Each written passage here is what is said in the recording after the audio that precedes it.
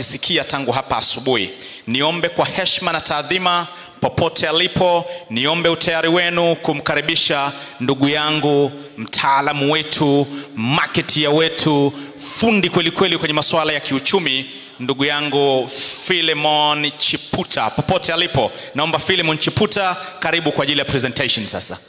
Karibu sana kaka, safi kabisa.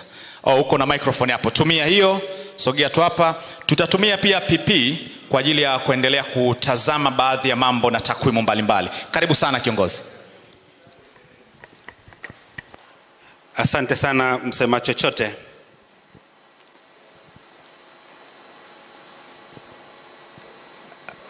Mimi naitwa Philemon Chiputa, ni meneja ufuatiliaji na tathmini wa mboga na matunda. Kwa sasa hivi tunaenda kuwapitisha kwenye wasilisho la matokeo ya mradi wa mboga na matunda, na nitakuwa na mwenzangu Salum Abdul Karim, afisa mwandamizi kwenye kitengo cha ufuatiliaji na tathmini wa mboga na matunda. Sasa kwa utangulizi ni kwamba mradi wetu wa Feed the Future mboga na matunda ulikuwa na malengo matatu makuu.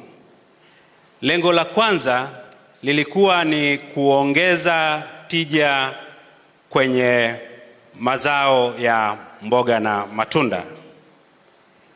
Na lengo la pili lilikuwa ni kuongeza faida, kuchochea biashara kwenye mnyororo wa thamani wa mboga na matunda na kuongeza faida. Na lengo la tatu lilikuwa ni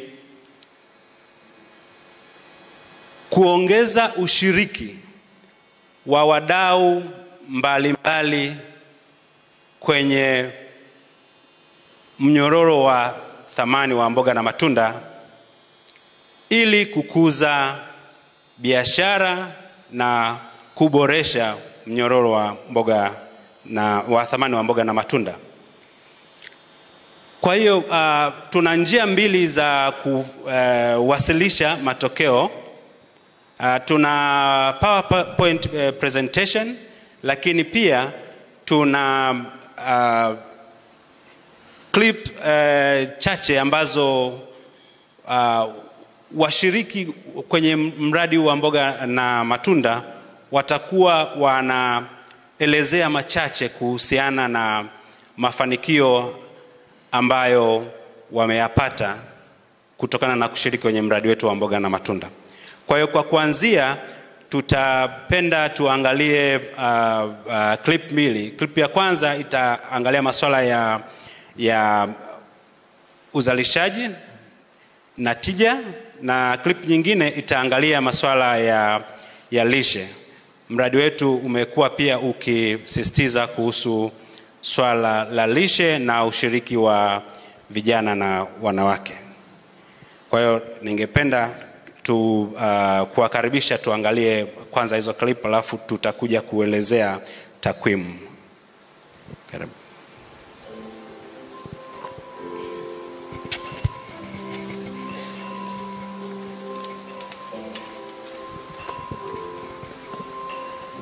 These are some of the Usaid Feed the Future Tanzania Mboga na Matunda beneficiaries. They have every reason to celebrate and enjoy the success they've achieved in their farming ventures in the past 5.5 years of activity.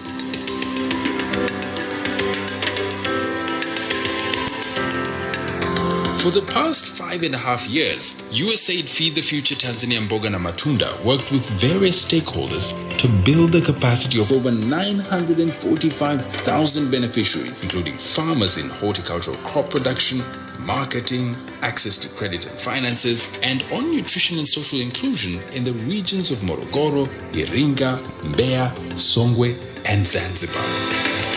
Kupitia mboga na matunda Through the Usaid Mboga na Matunda activity, I have been able to learn good farming techniques, which is the modern way of farming. I farm colored peppers, these are the red and yellow ones. Farming peppers has increased my income because of employing modern farming techniques. Kipato kwa sababu ya ulimaji wa kilimo cha kisasa. Mwanzoni nilikuwa In the beginning, I didn't have an interest in farming, but when I came across Usaid Mboga na Matunda activity, they gave me training on this crop. I understood and went to farm it. And later, before starting the work, they supported me with poles, wires, and other things along with seedlings enough for half an acre. I established the farm, and I thank God now I have on average an acre farm and over 100 people that have received knowledge from me on how to grow passion fruit. We got trained on farm preparation and how to prepare rows. We were trained on seeds and how to plant them. They trained us on farming, training on planting all the way to when the sweet potatoes are supposed to go to the market. Since I began, I plant through 2 seasons. I plant during the rainy season, and during the dry season, I plant. Through these sweet potatoes,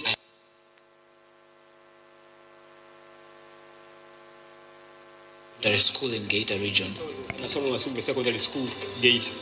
Tumeshuhudia mwitikio mkubwa wa wakulima. We have seen a tremendous response in vegetable and fruit production techniques. 874,483 farmers, equivalent to 94% of the total reached farmers, used good farming practices on 830,432 hectares. Also, the size of the areas that are cultivated by the individual farmer has increased.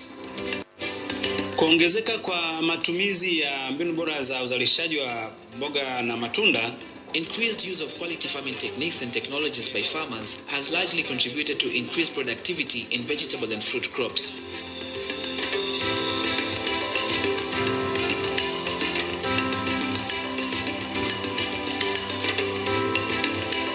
And the income I get every month has reached an average of 3 million shillings. I have built a house and I also have other farms that I run. These are my own farms. I have been able to send my son to university without a government loan.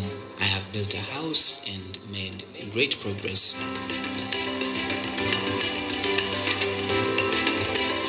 To sustainably reach out to farmers, the Usaid Mboga na Matunda used the Government Extension Officers, or GEOs, initiative to sign MOUs with 19 councils in Tanzania mainland and Zanzibar to build a capacity of 1,169 GEOs. Of the 1,169 GEOs, 151 were selected to work and help the activity to disseminate farming knowledge, skills, and technologies to 50,991 farmers who eventually produced and sold crops worth $3.3 million. The Usaid Mboga na Matunda activity has built my capacity extensively. It has enabled us to get recognition from farmers because we have been able to get much closer to them, a result of the tools they gave us. And this is also because they gave us means of transport. So we have been able to reach many more farmers in a timely manner and able to go somewhere else. Pia mradi wa mboga na matunda. The Usaid Mboga na Matunda activity has helped us train farmers on the proper use of pesticides, the proper use of seeds, the placing of raised beds. Katika uwekaji wa matuta mashambani tumeona kwamba kwa kuwatumia wataalamu wa serikali, we've seen that in using government professionals it has brought us success in many farmers being able to access knowledge. But what we can also be proud of is that the sustainability of the activity will be greater than before. Utakuwa ni mkubwa zaidi kuliko ambavyo mwanzo ingekuwa. Sisi kama halmashauri tumejipanga ipasavyo. As a district council, we have good plans and works. First of all, in the upcoming budget for the financial year 2022-23, we have set aside funds to ensure that all areas that had ongoing farming activities continue with those activities. Those farmers will be connected to markets and trainings will continue. We are happy that the activity has been able to regularly provide training to our officers. We will ensure that they continue giving farmers training. We also ensure that those providing extension services continue to be available. We are not worried about the continuation of the activities. Hatuna hofu kwamba mradi shughuli zake zitaendelea kama ulivyokuwa kwa awali. Na bibi shamba tunao. We have male and female extension officers. They really help. We can't lie. Because when you need them, even if there's a challenge on the farm, when you call and inform them that there's a problem, they come, even if they're not scheduled to visit. Anaingia shamba.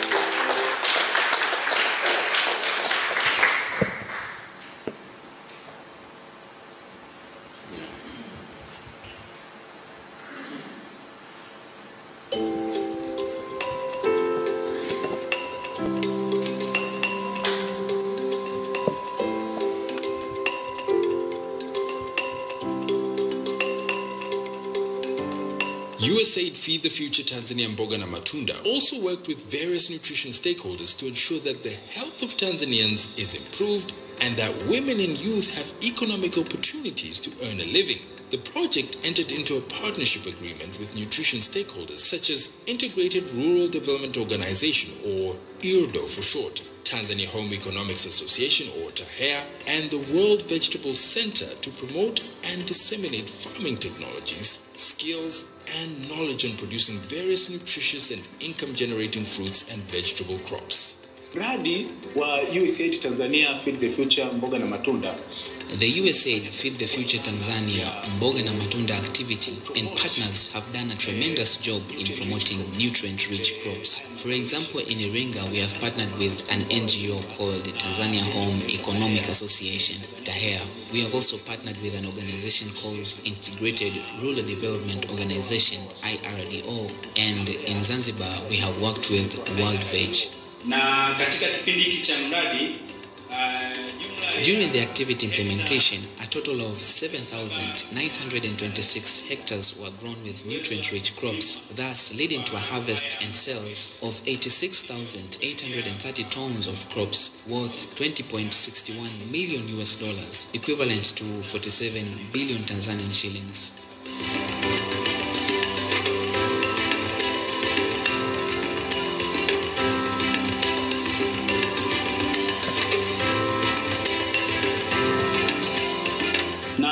ili kuendeleza ajira za.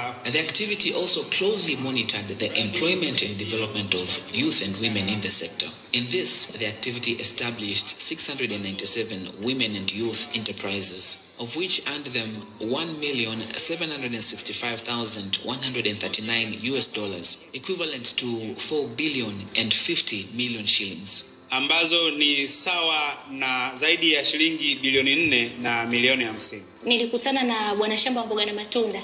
Wakati tunapiga I met with Mboga na Matunda agronomist. While we were talking, I told him of my idea of producing vegetable seedlings, and I think he likes the idea and took it to the office. When Mboga na Matunda came and asked me if there was anything they could help so that I could start the project as soon as possible, I said yes. So they gave me a net, covers, and 150 seedling trays. The support persuaded me to add other materials so we could start. So we started early, unlike what I had planned to start for other years. Currently, I grow sweet pepper seedlings, chili pepper, different types of tomatoes, and onion. Outside the nursery, the results of the business are good. When I started, I was doing it on self-interest, but later on, the demand from neighboring farmers grew. The business continued to expand from Msowero to the neighboring villages. Now, it has even grown bigger because I do with customers from other regions.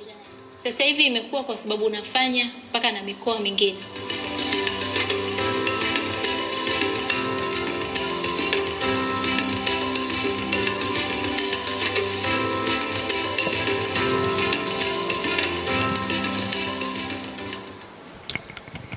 Asante sana. Kwa hiyo hiyo ni shuhuda wa shughuli ambazo zimefanywa na mradi, lakini pia matokeo ambayo yamepatikana. Nimkaribishe Salum Abdul Karim ili aweze kutupitisha kwenye takwimu.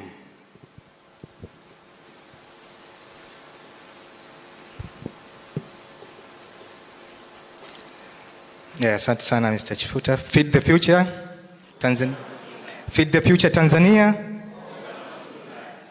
Yeah, mimi kwa majina naitwa Salum Abdul Karim, ni afisa mwandamizi wa ufuatiliaji na tathmini wa mradi wa Mboga na Matunda, na tutakwenda kuwapitisha sasa kwenye matokeo ya mradi. Ya, tukianza tutakwenda kuangalia kwa kutumia mfumo wa uwezeshaji wa wadau mbalimbali kwenye mnyororo wa thamani ya mazao ya mboga na matunda. Mradi umeweza kuwafikia wanufaika 945,600 kiujumla katika mnyororo wa thamani ya mboga na matunda, wakiwemo wakulima 934,214, wadau wa serikali 1,117,717, lakini pia wadau wa sekta binafsi 4,579 na watu kutoka kwenye asasi za kiraia 590,000. Na kwa kiasi kikubwa wadau ambao tumewafikia inaonyesha ni 99% ilikuwa ni wakulima. Kwa hiyo kwenye mnyororo wa thamani pale tunaona kwamba 99% ni wakulima wadogo wadogo. Lakini pia kwenye lengo kuu la mradi tumeweza kuona pale tunahakikisha kwamba tunashirikisha vijana na kina mama kwenye shughuli mbalimbali za mradi ili kuhakikisha tunaongeza tija na faida kwa vijana na kina mama.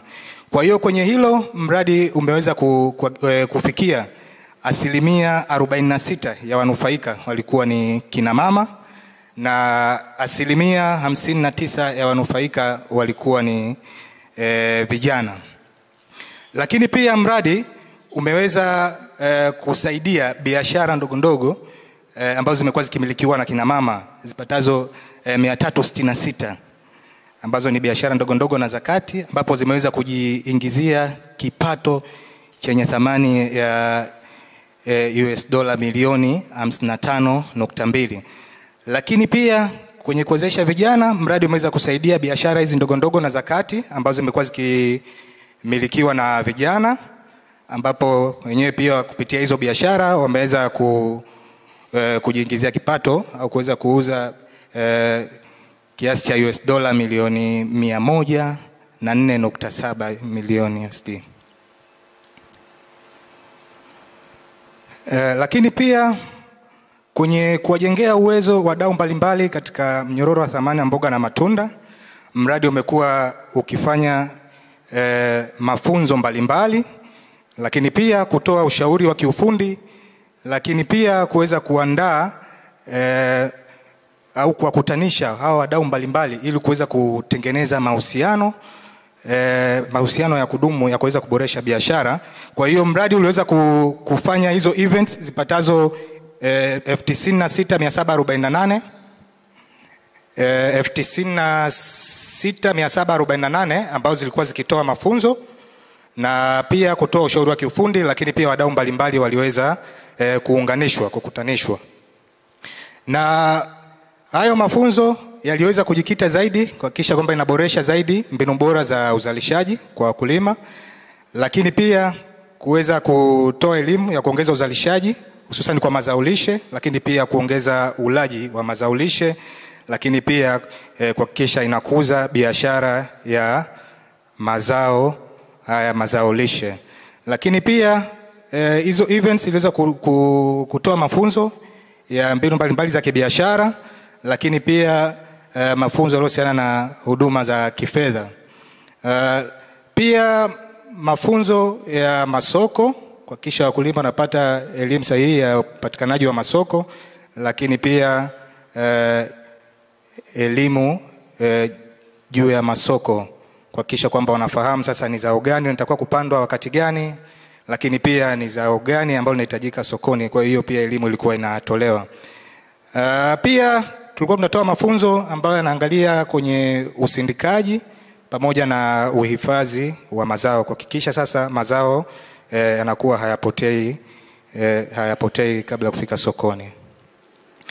Kwa hiyo kijumla tulichokiona kupitia haya mafunzo, ushauri wa kiufundi na uunganishwaji wa hawa wadau umeongeza matumizi ya hizi mbinu bora za kilimo, lakini pia upatikanaji wa huduma mbalimbali kwenye mnyororo wa thamani ya mboga na matunda, zikiwemo kama huduma za ugani, huduma za pembejeo, huduma za masoko, ambapo yote hiyo imepelekea kuongezeka kwa faida na tija kwa wadau mbalimbali, kwa wakulima pamoja na biashara nyingine kwenye mnyororo wa thamani ya mboga na matunda.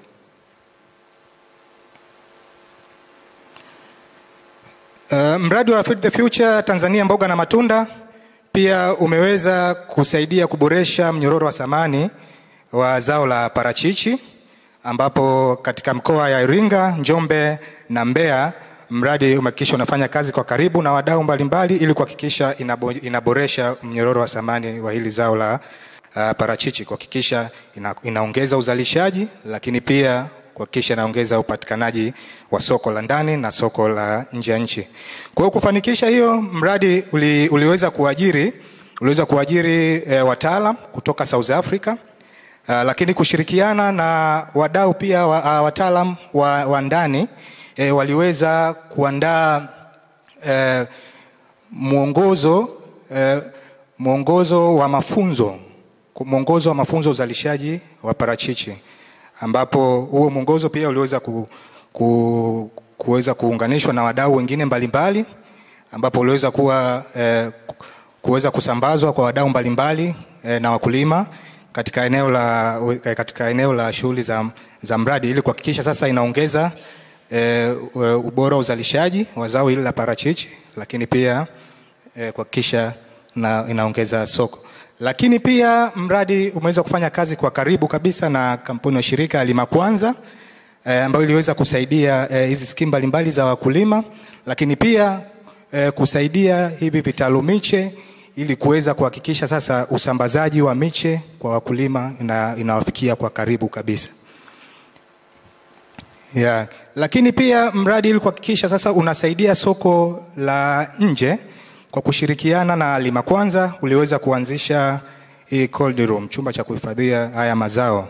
Kwa hiyo kupitia Lima Kwanza na hiyo cold room, basi wakulima waliweza kuhifadhi mazao yao na kuhakikisha sasa wanaweza kulifikia vizuri zile vigezo vya kuweza kufikia soko la nje. Lakini pia mradi umekuwa ukifanya kazi kwa karibu na hawa wazalishaji miche ili kuweza kuangalia sasa ni changamoto gani ambazo wanakutana nazo. Kwa hiyo mradi ulikuwa ukishiriki kikamilifu kupitia na wadau wake wengine kuhakikisha sasa wanaandaa mafunzo ambayo yanalingana na zile changamoto ambapo hawa wazalishaji miche wamekuwa kikutana nazo. Kwa hiyo hayo mafunzo yaliweza kusaidia kwa kiasi kikubwa, kwa sababu yalikuwa yanaangalia changamoto ambazo wazalisha miche walikuwa wakizipitia.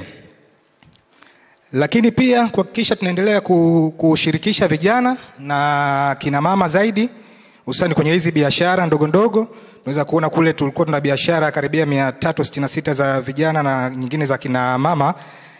Kwa miongoni mwa hizo biashara zilikuwa ni hizi biashara za uzalishaji wa miche. Kwa hiyo mradi umekuwa ukiwawezesha kina mama na vijana kuweza kuanzisha sasa hizi biashara za uzalishaji wa miche, lakini pia kuendelea kuzisapoti mpaka kuhakikisha zinakuwa na kuwaletea tija na faida. Lakini pia kwenye mnyororo huu wa thamani wa zao la parachichi, mradi umeweza kuwajengea uwezo wa maafisa ugani wa serikali kwa upande wa Njombe, Iringa pamoja na Mbeya, ili kuhakikisha sasa kunakuwa na hii sekta endelevu. Basi hata kama pale mradi utakapoisha, basi huduma za mafunzo zitakuwa zikiendelea. Lakini pia wakulima nao pia wamenufaika na mafunzo mbalimbali. Wakulima wadogo wadogo ili zao la parachichi kwa upande wa Iringa na Njombe na Mbeya wameweza kunufaika na huduma ya masoko, huduma ya mafunzo. Upande wa matumizi ya mbinu bora za uzalishaji, tumeweza kuona kupitia mafunzo na uwezeshwaji wa wakulima umeweza kupelekea sasa ongezeko la matumizi ya mbinu bora za uzalishaji, ambapo tunaweza kuona kwamba wakulima sasa wameanza kutambua umuhimu wa matumizi ya hizi mbinu bora katika kuongeza mavuno pamoja na faida. Kwa hiyo kiujumla katika kipindi chote cha mradi cha miaka 5.5 tumeweza kuona wakulima 874,483 waliweza kutumia mbinu bora za uzalishaji, ambapo kwa kutumia hizi mbinu bora za uzalishaji waliweza kuzalisha katika eneo la hekta 830,432 zikiwa zimepandwa kwa mbinu bora kabisa za uzalishaji. Lakini pia tunaweza kuona kwa kipindi cha hiyo miaka 5.5 kumekuwa na ongezeko la matumizi ya hizi teknolojia mbalimbali, ambapo tunaweza kuona kwa mbinu kama uandaaji wa shamba.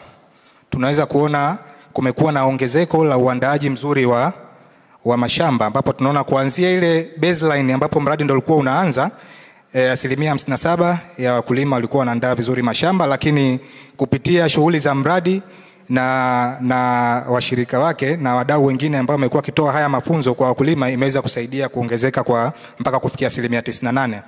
Lakini pia kwenye upande wa matumizi ya kemikali tunaweza kuona kwamba kumekuwa na matumizi sahihi ya matumizi ya kemikali pamoja na vifaa kinga, ambapo kunakuwa na ongezeko hapo la kutoka asilimia 33 mpaka 69 kufikia mwaka fiscal year 2021. Lakini pia tumeona kwamba mwanzoni wakati tunaingia kwenye mradi kulikuwa kuna changamoto la uwekaji wa kumbukumbu, lakini kupitia uwezeshaji ambao umekuwa ukifanyika, basi wakulima wameweza kuongeza hii mbinu wameweza kutumia sasa mfumo sahihi ya uhifadhi wa kumbukumbu na kujiweka kabisa tayari kibiashara, ambapo imeongezeka kutoka asilimia 17 mpaka asilimia 68. Lakini pamekuwa pia na uwekaji sahihi wa mbolea imeongezeka, lakini pia mifumo ya utoleaji maji shambani imeongezeka, na matumizi ya mbolea ile awali ya kupandia tunaweza kuona pia imeongezeka, pamoja na live barrier ambayo imekuwa na manufaa makubwa na kuongeza tija zaidi kwa wakulima na mavuno.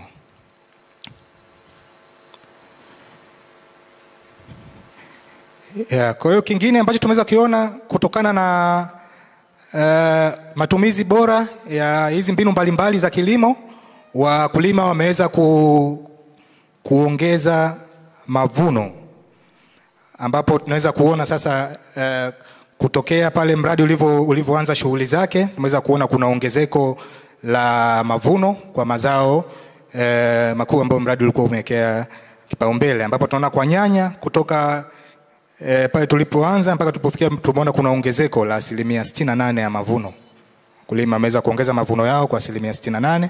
Lakini kwa pilipili hoho mavuno yameweza kuongezeka kwa asilimia 86, na cabbage mavuno yameweza kuongezeka kwa asilimia 36.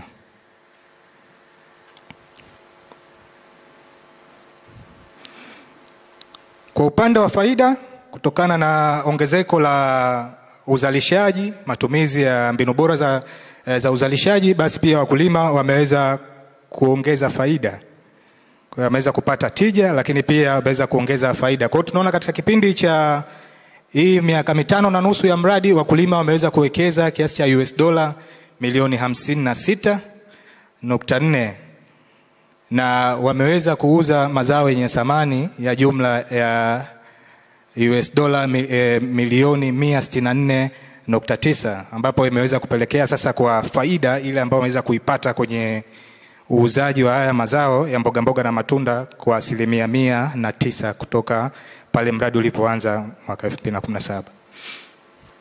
Lakini pia wakulima wameweza kuongeza kipato kwa hekari kwa yale mazao makuu ambayo tumesema mazao ambayo tumeyakusudia, ambapo tunaweza kuona kwa asilimia 74 wakulima wameweza kuongeza kipato chao ambacho wanaweza kukipata kwa hekta kwa mazao makuu. Lakini kwa upande wa kina mama wenyewe wameweza kuongeza kipato kwa hekari, kipato kwa hekta kwa asilimia 97, na vijana wameweza kuongeza pia kipato kwa hekta kwa asilimia 83.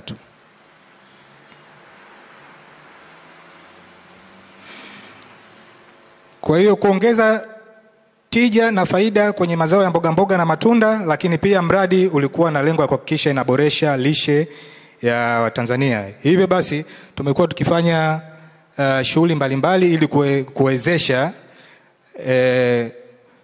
ongezeko la uzalishaji, ulaji, lakini biashara pia ya haya mazao lishe. Kwa hiyo katika kipindi hichi cha mradi tumeweza kuona hapo tani 32,224 ziliwezwa, wakulima 32,224 waliweza kulima mazao lishe. Tunaposema mazao lishe, haya ni mazao ambayo yana virutubisho vingi zaidi, ambapo ni kama mazao kama bamia, mchicha, zukini, pamoja na mazao mengine ambayo yana virutubisho vingi zaidi. Mradi Kupitia pia na makampuni wa shirika kiwemo kama World Veg, RSTJ, IRDO pamoja na wadau wengine mbalimbali waliweza kuhakikisha wanaweza kutoa mafunzo mbalimbali yanayohusiana na masuala ya lishe ili kuhakikisha sasa inaweza kuongeza ile elimu kuhusu masuala ya lishe, lakini pia ambayo inaweza kupelekea ongezeko la uzalishaji wa mazao lishe. Na katika kipindi cha mwaka 2019 mpaka 2021 wakulima waliweza kuzalisha tani 105,883 za haya mazao lishe, ambapo iliweza kuwaingizia kipato chenye thamani ya US dola milioni 24.7 milioni. Asante sana.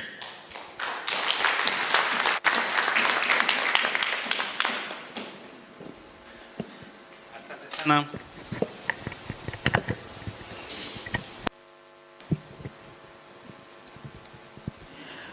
Asante sana. Hivyo vilikuwa ni vipengele viwili. Kimoja kinahusiana na masuala uzalishaji na tija, lakini kingine ni masuala ya lishe. Na mradi wetu kama tulivyotangulia kusema kwamba ulikuwa na lengo la kuhakikisha kwamba kuna faida.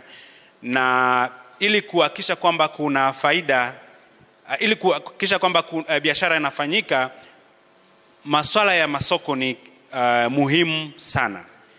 Kwa hiyo kipengele kinachofuata sasa hivi tunaenda kuelezea kuhusiana na masuala ya masoko, shughuli ambazo tumezifanya na zimeweza kuwanufaisha namna gani washiriki kwenye mradi.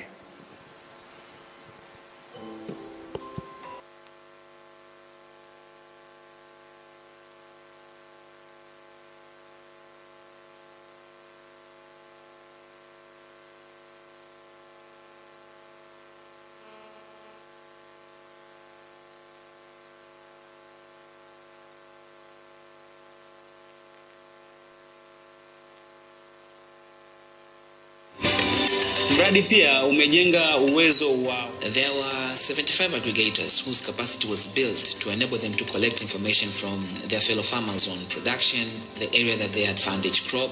This information will be shared with buyers of fruits and vegetables and other service providers. Nakusanya taarifa za wakulima. My work is to gather information from farmers, and I also communicate with buyers on what crops have been farmed and their harvest time. I have phone numbers of different buyers all over Tanzania. I have benefited financially because I have contacts of many buyers. When I connect them to farmers, there's a percentage of money that I get. So when I have many farmers who have a large consignment, I earn a good income.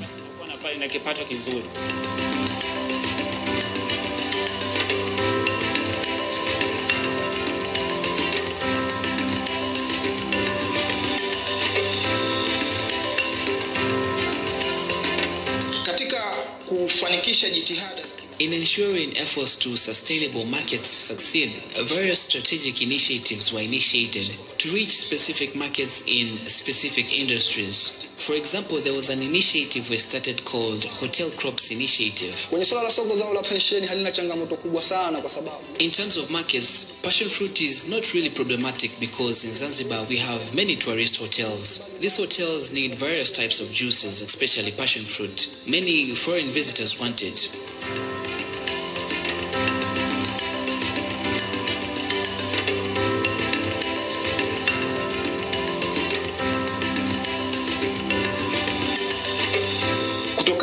na initiative ya serikali ya kuhamisha. As a result of the government's initiative to strengthen the Dodoma capital, the market for vegetables and fruits multiplied because the Usaid Mboga na Matunda activity made efforts to ensure that farmers access market opportunities in this capital. Nawashukuru sana Mboga na Matunda. I thank the Usaid Mboga na Matunda activity for connecting me to many buyers. It's a period in which I have really expanded my business. They've connected me with buyers in Dar es Salaam, Mbeya, Dodoma. I didn't have these linkages before. And in the 3 years that I've been working with this activity, I have done business that's worth in excess of 1 billion Tanzanian shillings. Kazi na wakulima zaidi ya thamani kama bilioni 1 na kitu.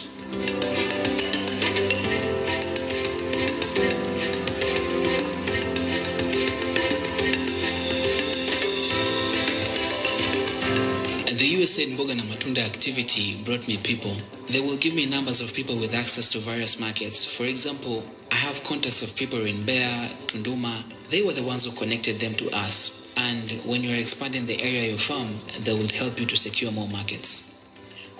Because of the initiative to secure sustainable markets, farmers have sold crops worth a total of $164 million, the equivalent of 380 billion shillings throughout the activity implementation.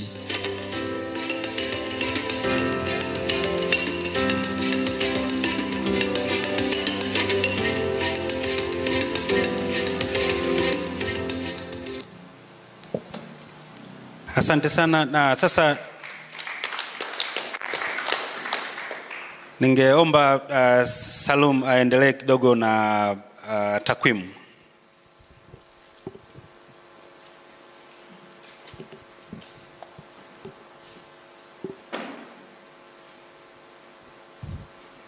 Feed the Future Tanzania. Okay. Moja ya lengo la mradi ilikuwa ni kuboresha mifumo ya masoko na kuhakikisha kuboresha mifumo ya biashara kwa wakulima pamoja na wadau mbalimbali kwenye mnyororo wa thamani ya mboga na matunda. Kwa kufanikisha hilo, mradi umeweza kuwasaidia wakulima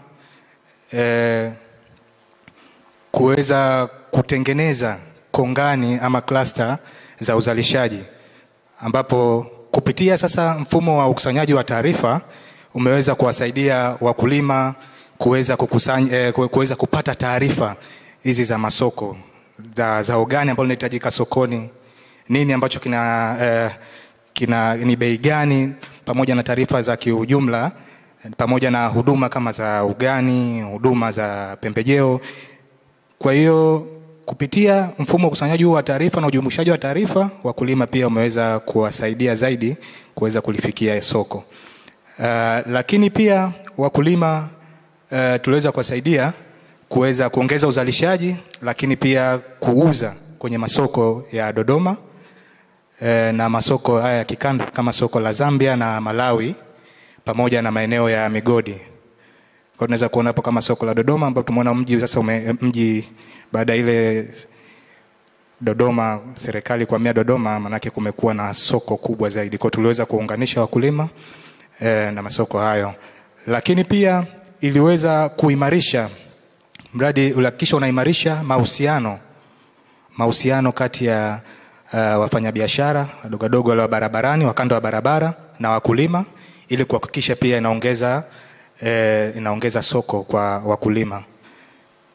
Lakini pia mradi uliweza kuimarisha uzalishaji wa mazao mboga na matunda kwa Zanzibar, hususan tulikuwa na initiative inaitwa Hotel Crop Initiative. Kulikuwa kuna mazao ambayo yamekuwa yanatumika zaidi na mahoteli, kwa tuliwajengea uwezo wa kulima wanalifikia hilo soko la mahoteli vizuri.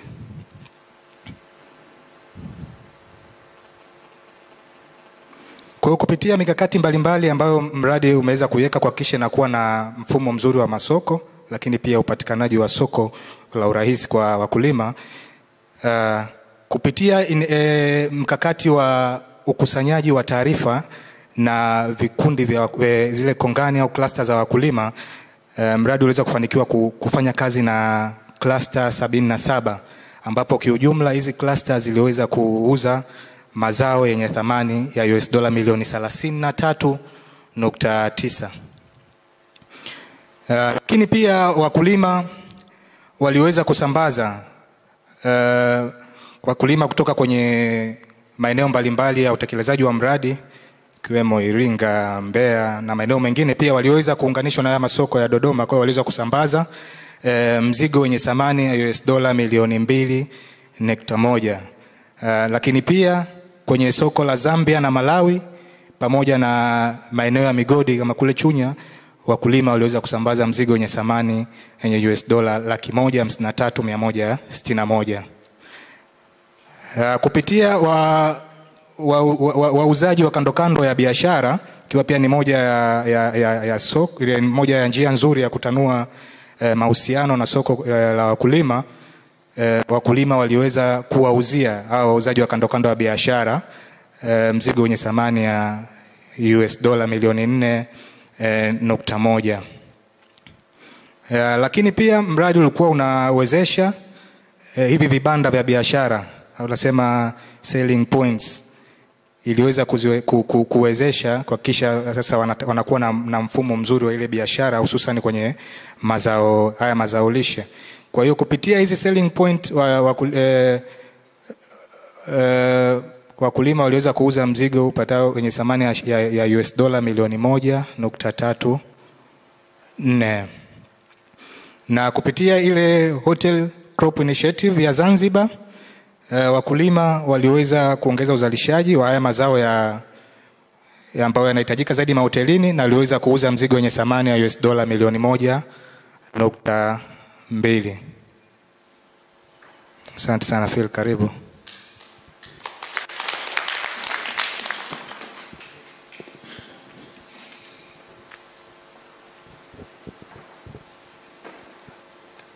Asante sana Salum. Kipengele cha mwanzo kilikuwa kinahusiana sana na wakulima. Sasa tunaingia kwenye kipengele kingine ambacho kinahusiana na masuala ya private ya wabia. Kwa hiyo kabla tujaanza kuzungumza kuhusu takwimu, kama kawaida tungependa kidogo tuangalie na tusikilize kutoka kwa washiriki ni shughuli gani walishiriki na kuna mafanikio gani waliyapata.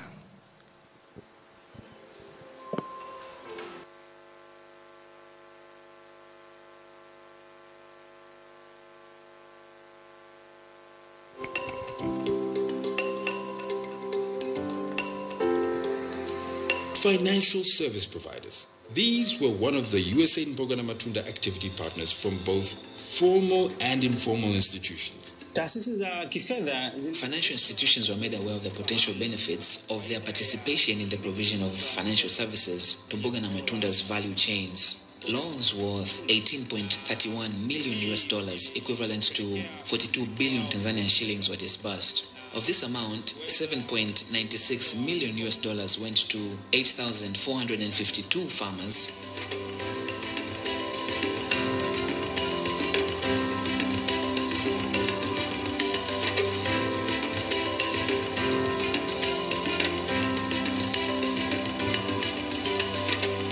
Kwa mwaka 2018 tumepata mradi wa mboga na matunda. In 2018, we received about 450 million Tanzanian shillings from Usaid Mboga na Matunda. We were able to provide a total of 1,157 loans, 553 for Pemba and 604 for Unguja. The direct beneficiaries of this Usaid Mboga na Matunda activity are 9,864, including 5,523 females and 4,341 males.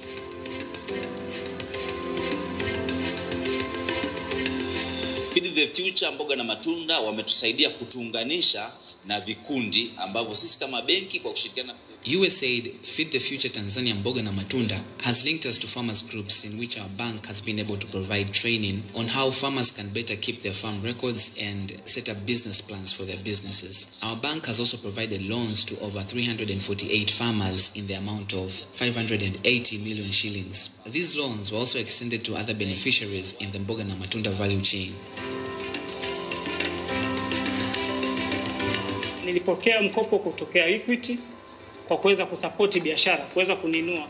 I got a loan from Equity Bank because I had an invitation to a tender that I could not afford with my current equity. I submitted an application to Equity. They did not want a guarantee of great things, but my involvement in Mboga na Matunda's activity was a sufficient guarantee. I got a loan, I used it, and I paid it back on time. And as far as we know, my capital has been 5 times more than ever before. I started my input business with a capital of 3.5 million shillings. Biashara ilianza na mtaji wa shilingi milioni 3.5 kwenye biashara duka la pembejeo za kilimo.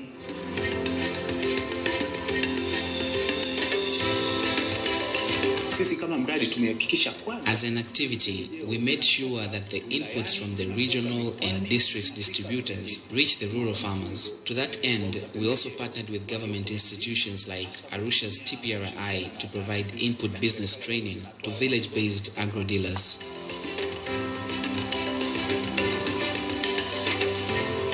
Kwa upande wa makampuni, mradi wa Feed the Future Mboga na Matunda For input companies, Usaid Mboga na Matunda's activity helped boost their revenues. For example, village-based agro-dealers have been able to increase their income by 30%, from an average of $72,436 to an average of $94,243 in 2021.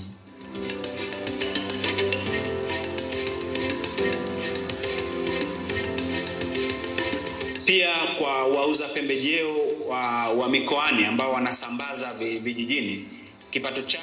Likewise, the income of regional traders rose by 72%, from an average of $463,750 to $799,404 per year.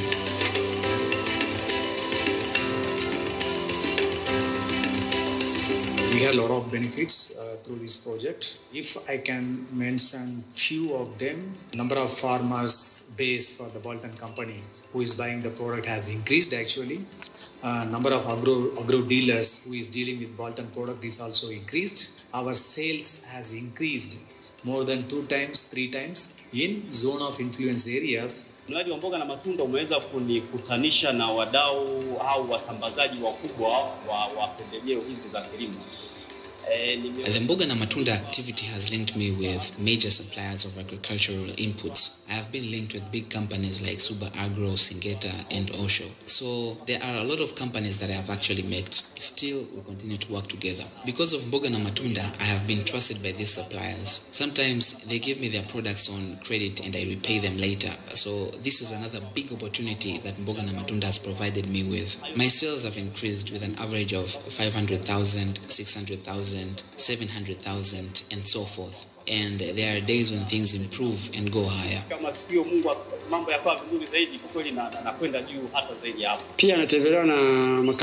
I am visited by companies who are partners of Mboga na Matunda. They are Royalty Seeds, Suba Agro, East African Seed, Ridge One and Balton. I use a lot of their products.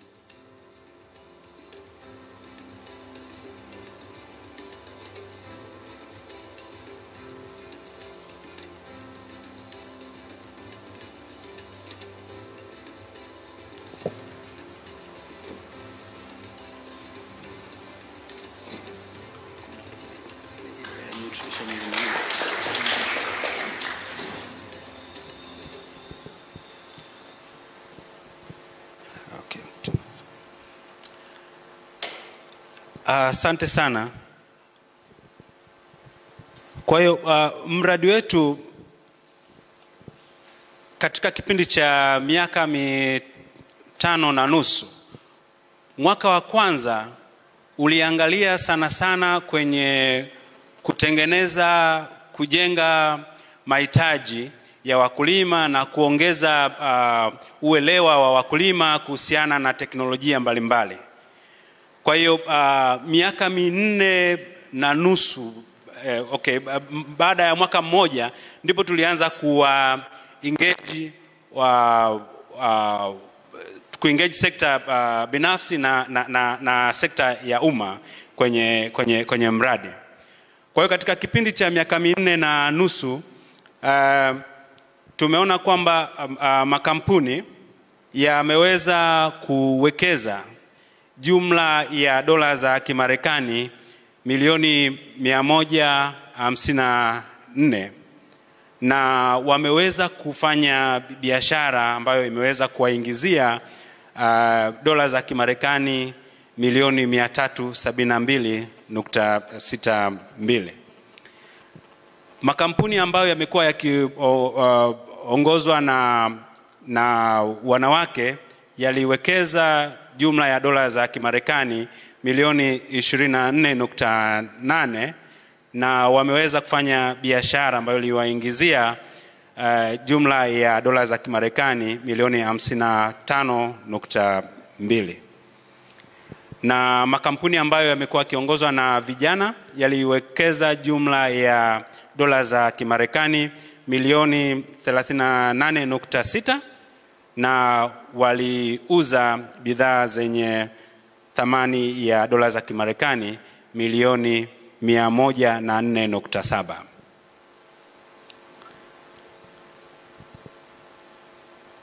Tumekuwa tukifanya kazi kwa ubia na makampuni ambayo yanajihusisha na usambazaji wa pembejeo, ununuzi wa mazao, uchakataji, utoaji wa huduma za kifedha na utoaji wa huduma za ugani. Na katika kuwajengea uwezo, tumekuwa na lengo moja kubwa, kuhakikisha kwamba wanafikisha huduma na bidhaa kwenye mnyororo wa thamani wa mboga na matunda.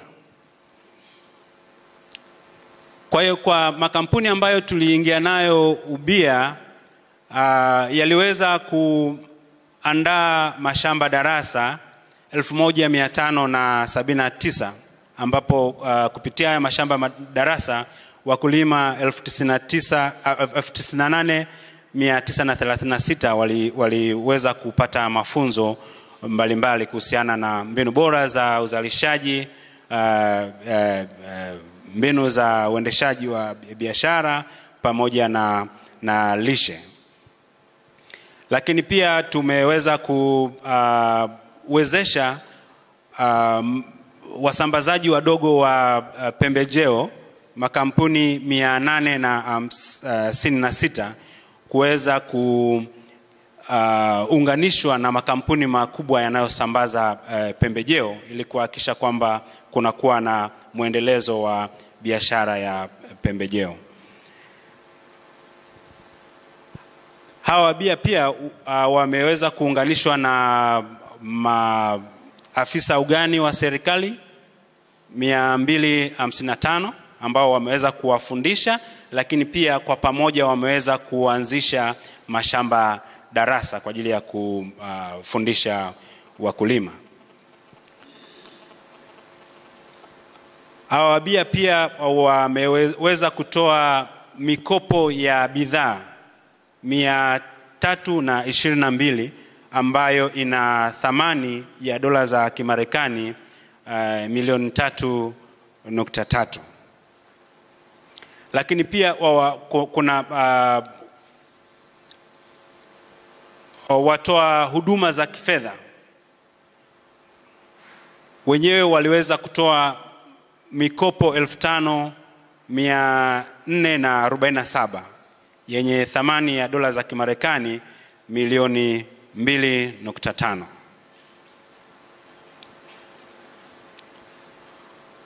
Kwa ujumla wakulima waliwezesha kupata mikopo yenye thamani ya dola za Kimarekani milioni 7.96, na makampuni yaliwezesha kupata mikopo yenye thamani ya dola za Kimarekani milioni 10.35. Kwa mwaka 2021, 60% ya wakulima waliweza kupata mikopo kupitia taasisi za kifedha ambazo si rasmi, kupitia taasisi ambazo si watoaji rasmi wa huduma za kifedha. Kwa mfano, wanunuzi wa mazao wameweza kutoa mikopo kwa wakulima ili waweze kuzalisha, lakini pia wasambaza pembejeo pia wamekuwa wakitoa mikopo. Kwa makampuni tumeona kwamba makampuni ambayo yamekuwa yakiongozwa na wanawake kumekuwa na ongezeko la mikopo ambayo wamepata kutoka 10% mpaka kufikia 28% ya makampuni ambayo yanaongozwa na wanawake wameweza kupata mikopo. Kwa vijana pia makampuni asilimia ya makampuni ambayo wameweza kupata mikopo iliongezeka kutoka 11% mwaka 2018 na kufikia 25% kwa mwaka 2022.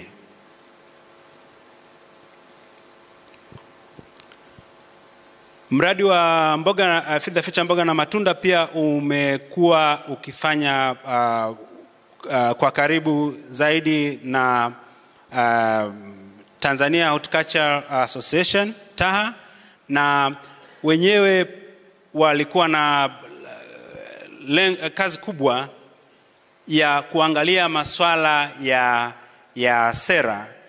Kwa hiyo wamekuwa wakifanya uchambuzi wa changamoto mbalimbali zilizopo kwenye mnyororo wa thamani na kuweza kusaidia kuwasiliana na wadau na waandaji wa sera.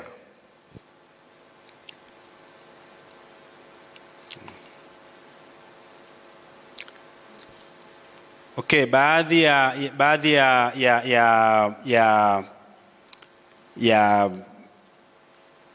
shughuli ambazo wamekuwa wakizifanya ni wamekuwa wakisurvey kuhusiana na masuala ya farm gate, market efficiency, masuala ya pembejeo, upatikanaji wa pembejeo kwa agro dealers.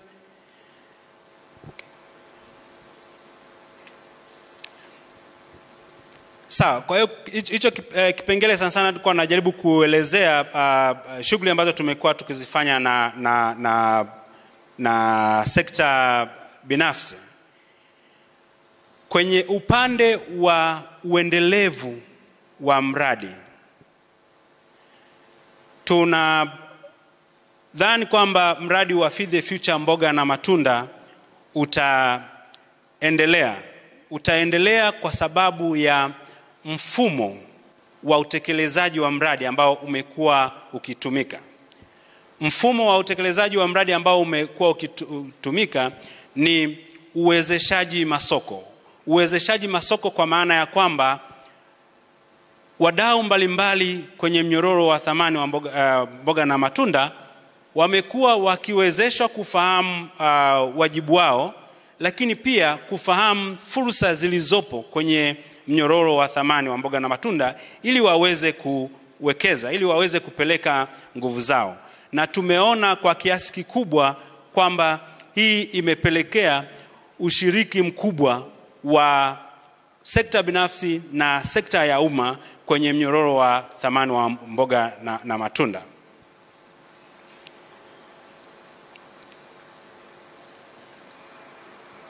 Kwa mfano, tumeweza kuwaunganisha, kutengeneza hizo networks kwa wadau mbalimbali ambao imepelekea biashara ziweze kufanyika. Wasambazaji wakubwa, makampuni makubwa yanayosambaza pembejeo 7 yameweza kuunganishwa na makampuni madogo 856 kwenye eneo lote la mradi, na hii imechochea biashara ya pembejeo kuongezeka, na hivyo kuhakikisha kwamba wakulima wanaweza kupata pembejeo na wanaweza kutumia teknolojia mbalimbali ambazo zimekuwa promoted na mradi. Lakini pia kwa upande wa watoa huduma za ugani wa serikali, maafisa ugani wa serikali, tumehakikisha kwamba wanaunganishwa na sekta binafsi, wanaunganishwa na watoa huduma za fedha, wanunuzi, wakusanya taarifa za mazao, wanaunganishwa pia na wasambazaji wa pembejeo ili waweze kupata taarifa sahihi kuhusiana na upatikanaji wa huduma, kuhusiana na upatikanaji wa hizo bidhaa. Na kwa misingi hiyo, hii taarifa itaendelea kufika kwa wakulima kwa kutumia hawa maafisa ugani wa serikali.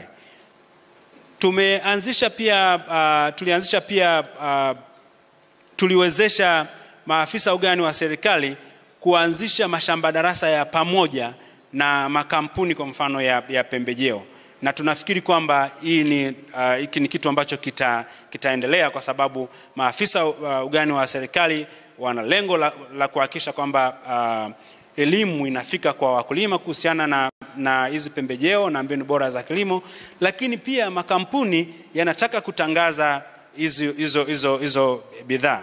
Kwa hiyo ni mahusiano ambayo tunafikiri kwamba ni endelevu, yataendelea kuwepo. Tumeweza pia kufundisha wakulima viongozi. Wakulima viongozi wamekuwa ni chanzo kikubwa cha kuongeza uelewa wa wakulima kuhusu mbinu bora za kilimo, kwa sababu wako kwenye maeneo yao pale, na kwa kiasi kikubwa wamesaidia sana kufikia wakulima wengi zaidi.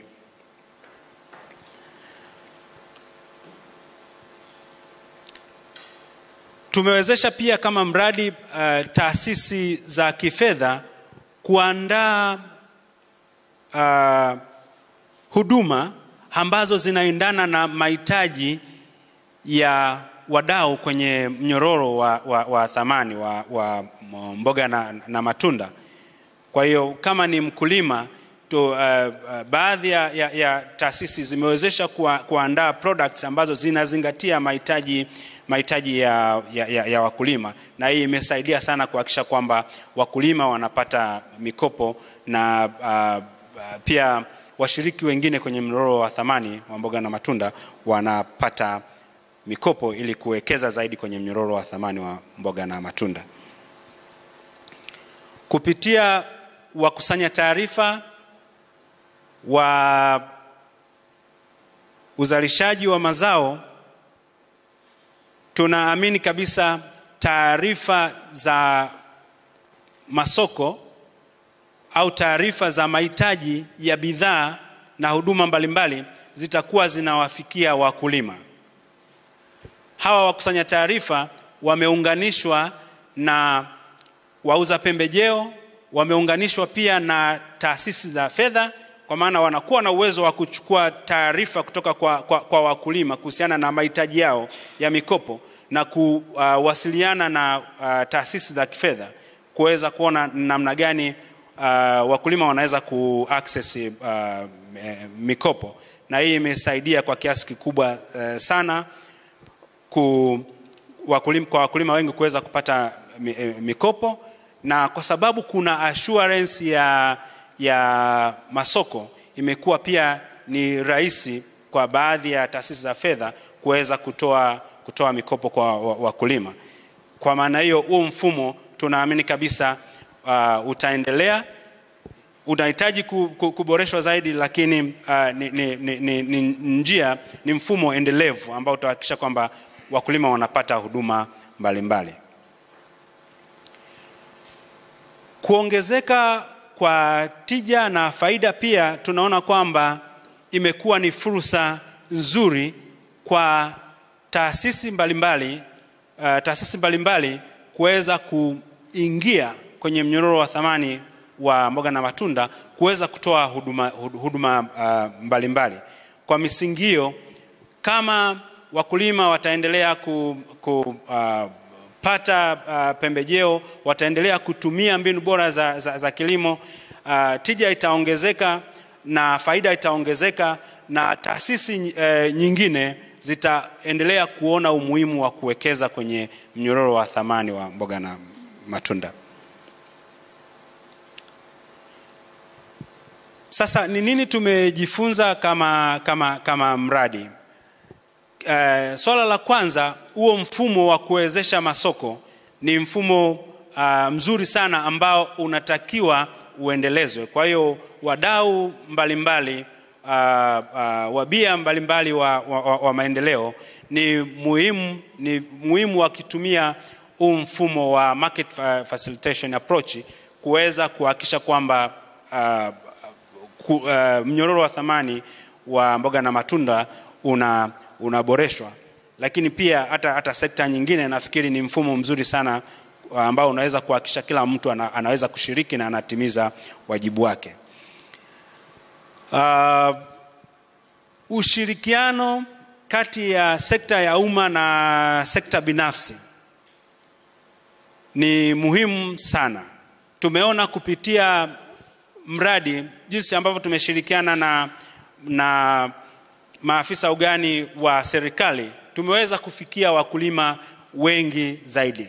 Kwa hiyo ili kama litapewa kipaumbele katika level ya juu, pia itasaidia sana kuhakikisha kwamba sekta ya horticulture inaendelezwa. Upatikanaji wa huduma za kifedha pia bado ni changamoto kubwa. Kwa hiyo ni muhimu sana taasisi mbalimbali za kifedha ziweze kuhamasishwa zaidi na kuoneshwa umuhimu wa wao kushiriki kwenye mnyororo wa thamani, ili wadau mbalimbali waweze kupata mitaji, waweze kuwekeza zaidi kwenye mnyororo wa thamani. Maafisa ugani wa serikali ni rasilimali muhimu sana katika kuhakikisha kwamba tunaboresha au tunaongeza ufahamu wa wakulima kuhusu hizi mbinu bora za kilimo. Kwa hiyo ni muhimu sana maafisa ugani wa serikali waendelee kupewa kipaumbele, wajengewe uwezo zaidi. Tunafahamu serikali imeweza kuliangalia hilo na kutoa rasilimali, lakini bado kuna ombwe ambalo ni la kitaalamu ambalo linahitaji kujazwa. Kwa hiyo lazima waongezewe uwezo.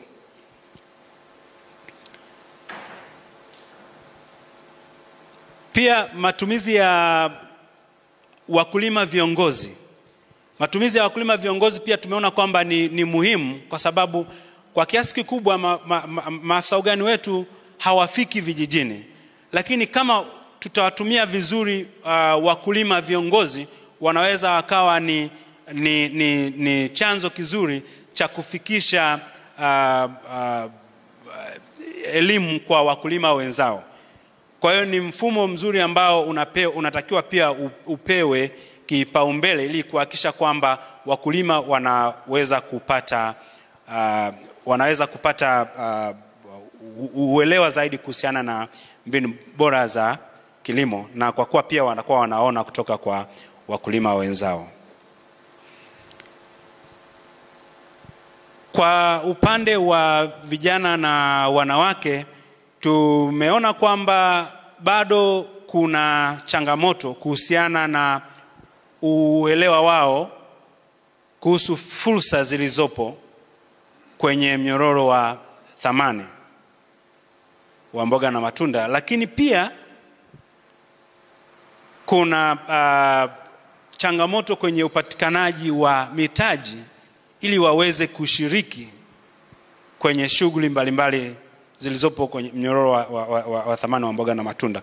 Kwa hiyo ni vizuri sana, ni muhimu sana wabia wajaribu kuangalia namna ya kuongeza uelewa wa wanawake na vijana kuhusu fursa zilizopo za kibiashara kwenye mnyororo wa thamani wa mboga na matunda, na kuhakikisha kwamba hao wakulima hao vijana na wanawake wanaweza kupata taarifa za kutosha kuhusiana na upatikanaji wa mitaji ili waweze kushiriki ipasavyo kwenye mnyororo wa thamani. Asante sana. Hayo ndio machache ambayo tulipanga kuwasilisha kuhusiana na matokeo ya mradi wa mboga na matunda. Asante sana.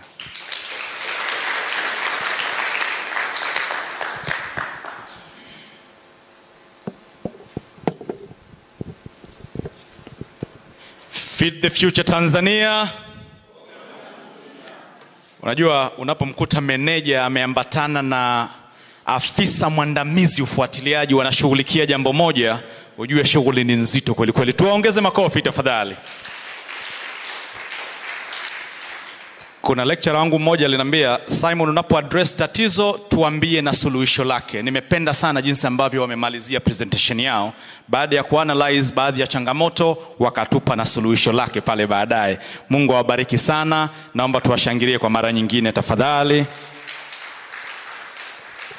Asanteni sana. Jamani, tulieleza awali kwamba kuna baadhi ya vyombo vya habari viko live hapa tunavyoendelea.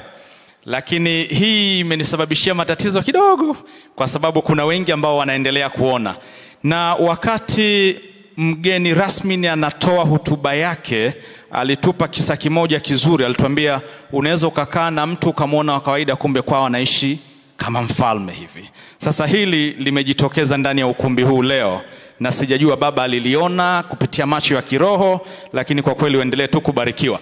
Wakati ile live streaming inaendelea, kuna jumbe nyingi zimekuja, kuna watu wawili muhimu wameonekana, na nimeambiwa kikao hiki kisiishe bila wao kusema neno. Sidhani kama nimeeleweka vizuri. Nikauliza wameambiwa, nikaambiwa hapana. Lakini hata kama hawana la kusema, waambie wasimame watusalimie. Niombe kwa heshima kubwa, kabla sijawaita watu wa ushuhuda, wakulima pamoja na wengine wadau muhimu wa kilimo, nimwalike ndugu yetu, mzee wetu, moja kati ya watu ambao wamekuwa ni msaada mkubwa katika kukamilisha mradi huu, ndugu yetu kutoka TAMISEMI, Mr. Leo Mavika. Popote ulipo, naomba usimame ulisalimie kusanyiko hili. Karibu sana.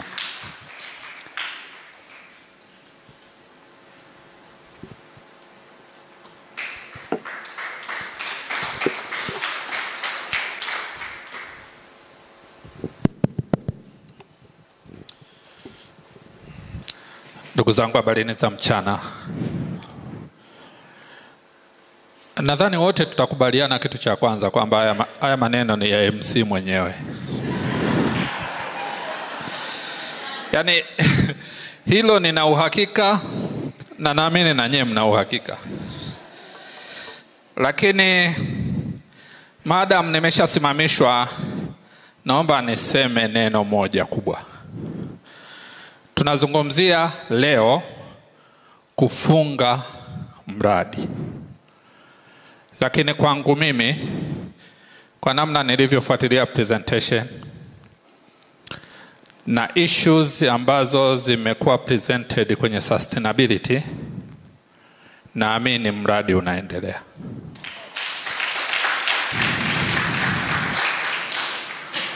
Langu moja tu, niwaombe wenzangu kutoka tawala za mikoa wasimame.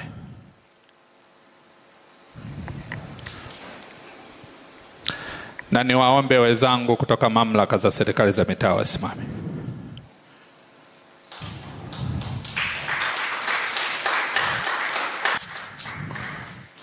Kama yote mazuri yaliyozungumzwa, sisi tusiposimama kuyaendeleza, mnyororo wote na uendelevu wote wa haya mazuri tuliofanya na wenzetu yanakatika. Sisi ndo kiungo muhimu sana kwenye mnyororo wote mzima wa thamani.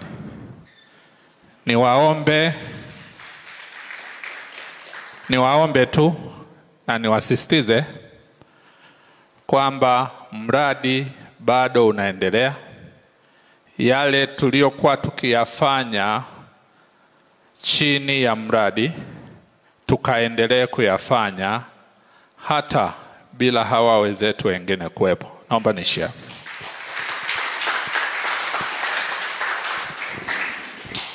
Makofi yasikatike hadi aketi chini. Kuna watu wamebarikiwa kabla ya kuzaliwa. Kuna watu uchoki kuwasikiliza wakiongea. Mmoja wapo ni huyu ambaye ametoka kuongea hapa. Kwa heshima kubwa naomba niwaitie mtu wa pili na wa mwisho kwenye list niliyopewa kutoka kwenye comment za watazamaji wetu, si maneno yangu. Naomba nimlete mbele yenu na niombe aridhie hata kama hajaandaliwa kutokana na mapenzi makubwa ya Watanzania ambao wanaendelea kutufuatilia, naomba nimwite Mr. Geoffrey Kirenga, CEO wa Sakot Center Limited. Karibu baba.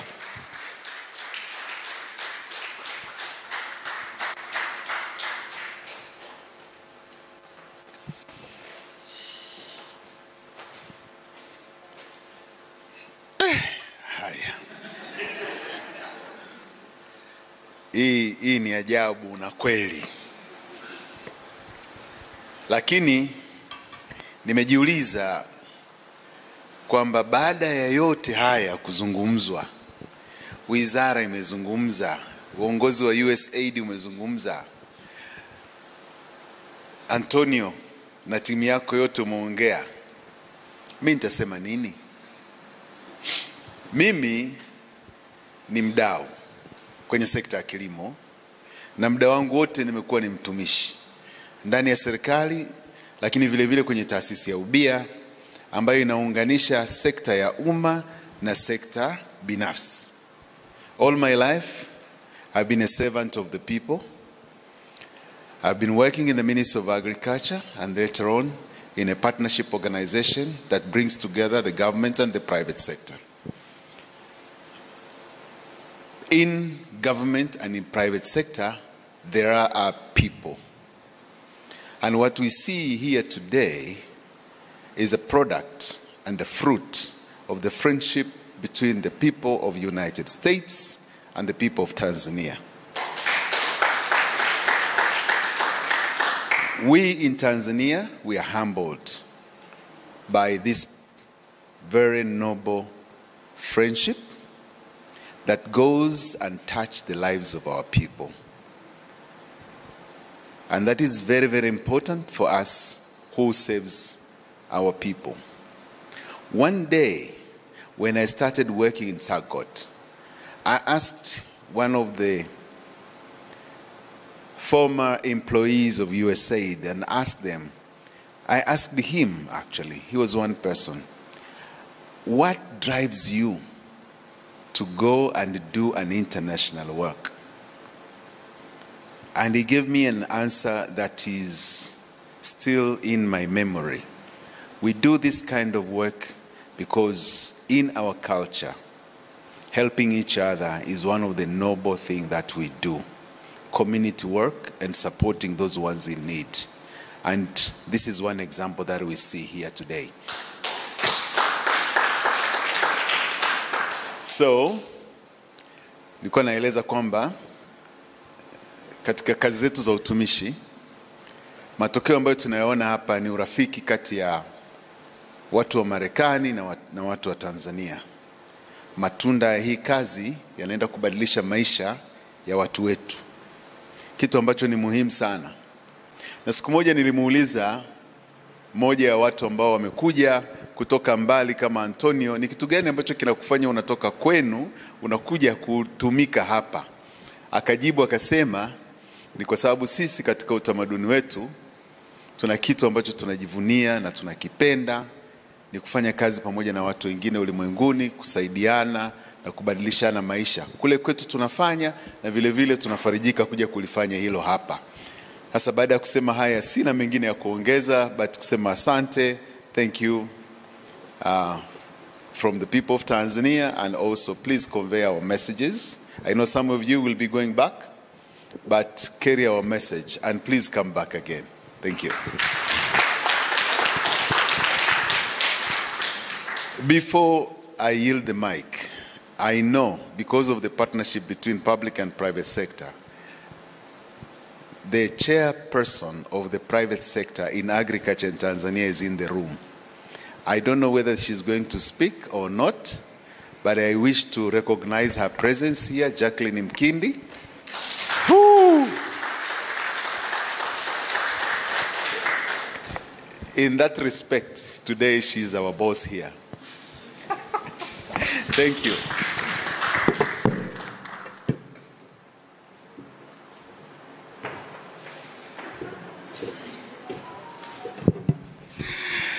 Feed the future Tanzania. Naomba nimamkie boss Bosi, shikamoo. Bosi, sijakusikia. Umeitikia salamu yangu? Hawajakusikia. Njoo hapa kidogo nijibu. Samahani bosi. Naomba makofi wakati bosi anakuja kuitikia shikamoo yangu. Boss lady. Wow.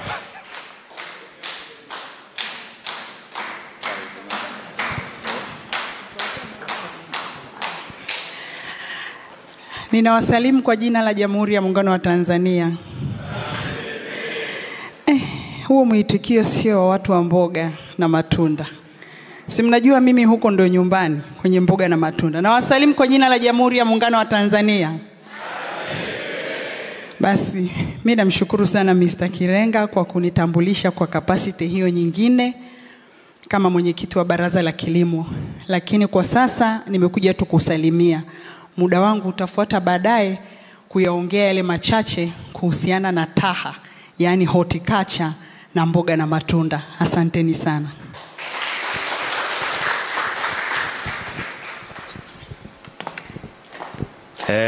Asante. Wakati naambiwa kuhusu boss, niliambiwa ni mara chache sana anavaa high heels kutokana na nature ya kazi yake. Kwa hivyo leo ni maalum kwa sababu ya nature ya kikao chenyewe. Baada ya yote hayo sasa naomba turudi kwenye utaratibu wa ratiba.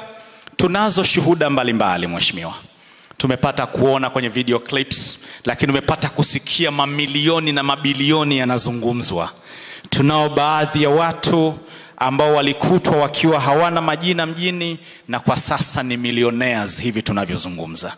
Tutapata fursa ya kuwasikia wachache. Lakini pili, umesikia kuhusu taasisi mbalimbali za kifedha na mabenki ambao pia walikuwa ni wadau muhimu katika kulifanikisha hili. Tutapata muda pia wa kuwasikia wachache kati yao angalau kwa dakika chache tu.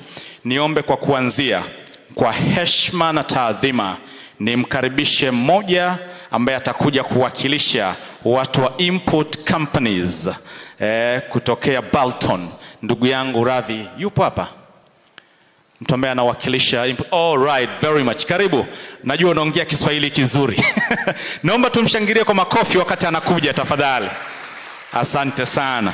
Najua sasa hii ndio uzuri, utamaduni wetu unatangazika vizuri. Mtu akimsikia Antonio anamimina Kiswahili, Madam Kate anatandika Kiswahili vizuri, na kaka hapa licha ya nywele zake kuwa za Kihindi atatandika Kiswahili vizuri. Nafikiri mambo yanaenda vizuri zaidi. Karibu sana mwakilishi kutoka Bolton. Karibu. Habari za mchana. Okay, I'm not much familiar with Swahili. So better let me put few words in English. So my name is Ravi. So I'm from Bolton, Tanzania Limited. Okay. First, I would like to thank everyone in this room for coming here to say thanks for this project.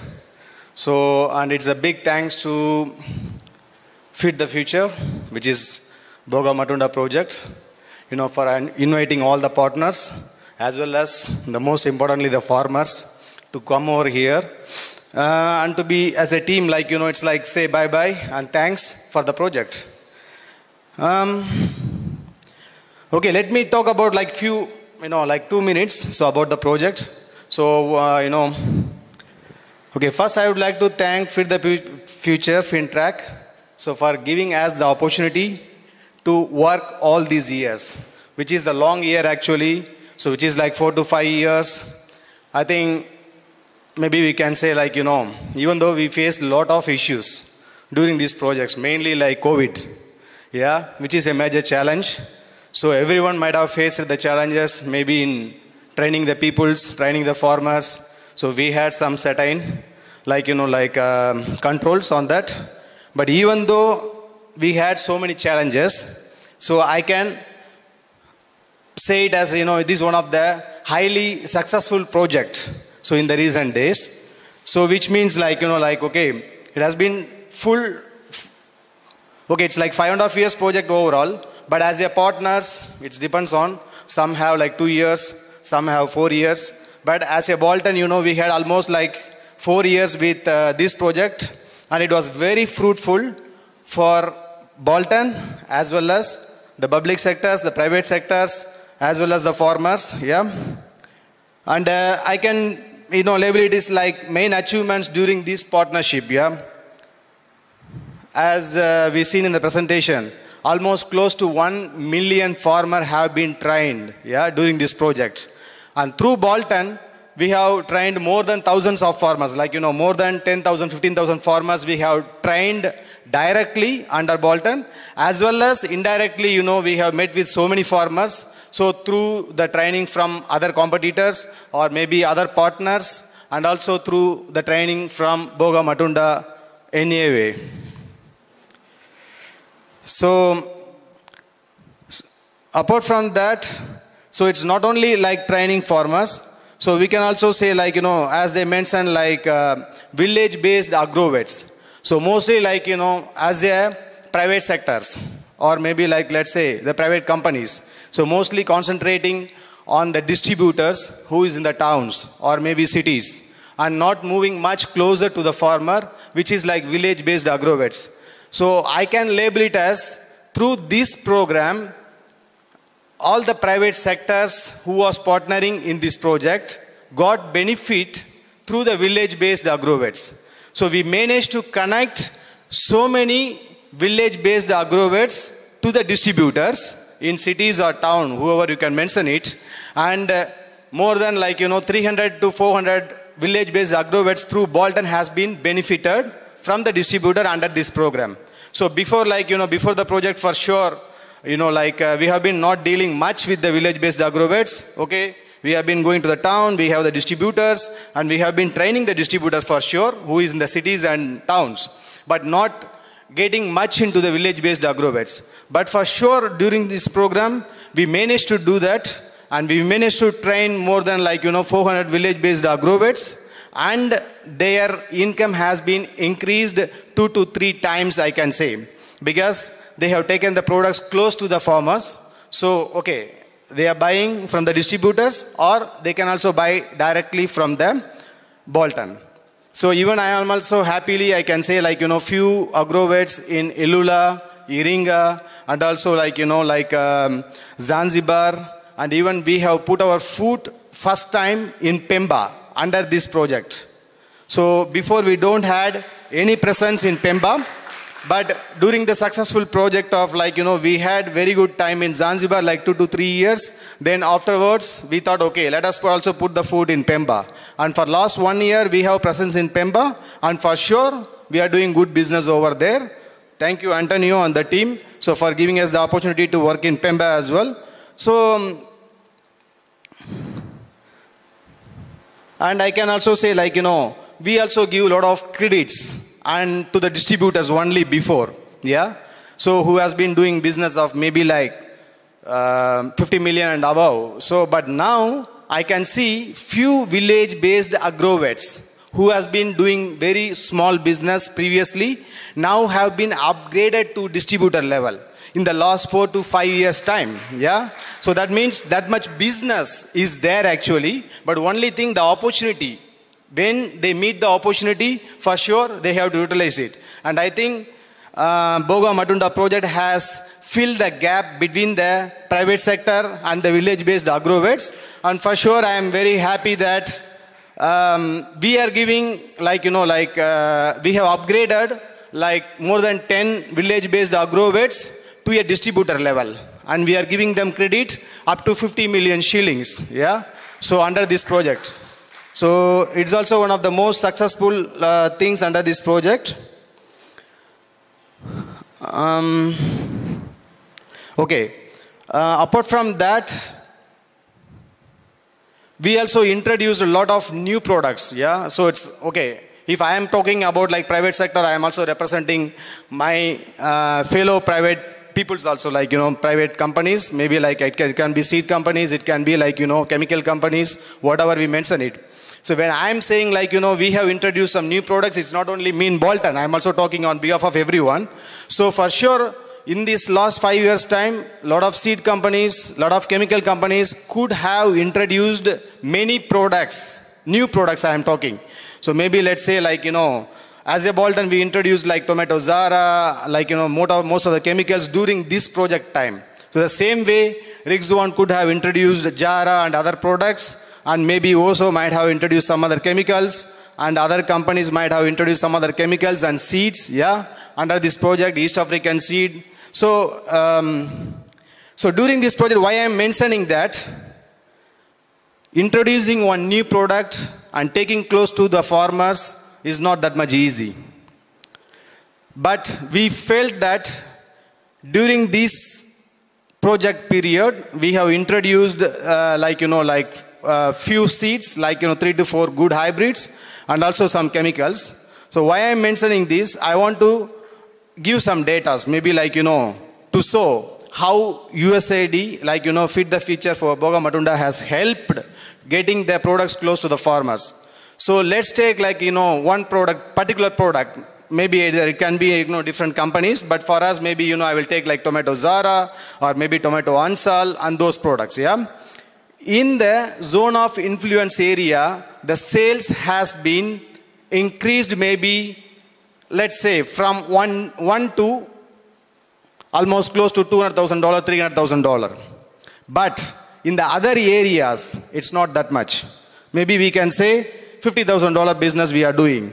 Whereas in the zone of influence area, we are doing maybe $300,000 product, sales for that particular product. So why I am saying this difference? Because this project has helped so lot to create the demand for that particular new products. So that's what I mean to say, whereas in the other non-zone of influence area, maybe it can be it can be Mwanza or it can be Arusha, the sales level is bit low compared to the sales level which we have achieved in the zone of influence area. So that means it is a very big achievement for the private sector companies actually. So once again, thank you very much for Antonio and team for giving the opportunity, and for sure, I think it will continue in the coming days. And also I can see through these projects, through the trainings which we have given to the farmers under the project, has changed many farmers' life with very good income. So maybe the people doesn't had nyumba, mejengo numba, menunua gari, metumas nani toto suleni nzuri. So that's how most of the farmers has increased their income with the knowledge gained from this project actually. And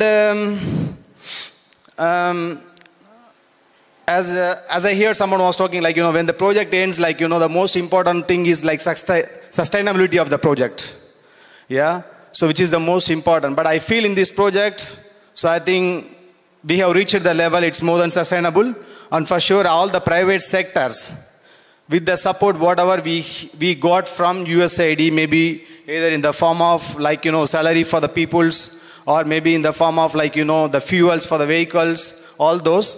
For sure, the project is very successful, and we as a private sector, we will continue with this project with the team, because we have gained a lot from this project, and for sure we want to make the projects more sustainable in the coming days and years. So thank you very much, Antonio and team, and I hope this is not the end. For sure, this is just starting, maybe for the other project and future. Thank you very much. Asante sana. Naomba tuendelee kumshangilia mwakilishi wa Bolton. Tukushukuru sana. Na kwa mujibu wa list yangu hapa, orodha ni ndefu kiasi. Awali niliambiwa kwamba taarifa ilikwisha shuka, tutumie wastani wa dakika 5 roughly, lakini sio changamoto sana. Niombe tu kwa wale tutakaofuata tujaribu kidogo kuweka vizuri muda wetu. Niombe kwa heshima na taadhima tutambue uwepo wa financial institutions. Tumekuwa na changamoto kubwa kwenye swala zima la mitaji kwa wakulima, lakini uwepo wa Mboga na Matunda umetusaidia sana kuhakikisha kwamba swala la mikopo linakuwa si changamoto tena. Moja kati ya presentation pale niliona kijana anasema alitumia tu uwepo wake ndani ya Mboga na Matunda akaramba mkopo pale Equity Bank.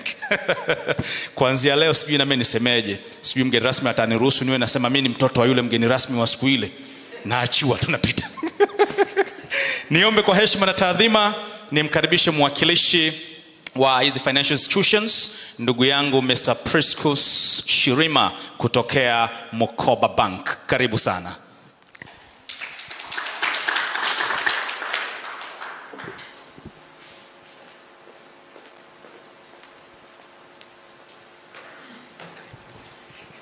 Asante sana MC, ni tambue kwa heshima kubwa uwepo wa Profesa Naibu Katibu Mkuu, mkurugenzi wa Mboga na Matunda, lakini mwakilishi wa watu wa Amerika ambao wametuwezesha kuwa mahali hapa, na wageni wote walikuwa, itifaki imezingatiwa.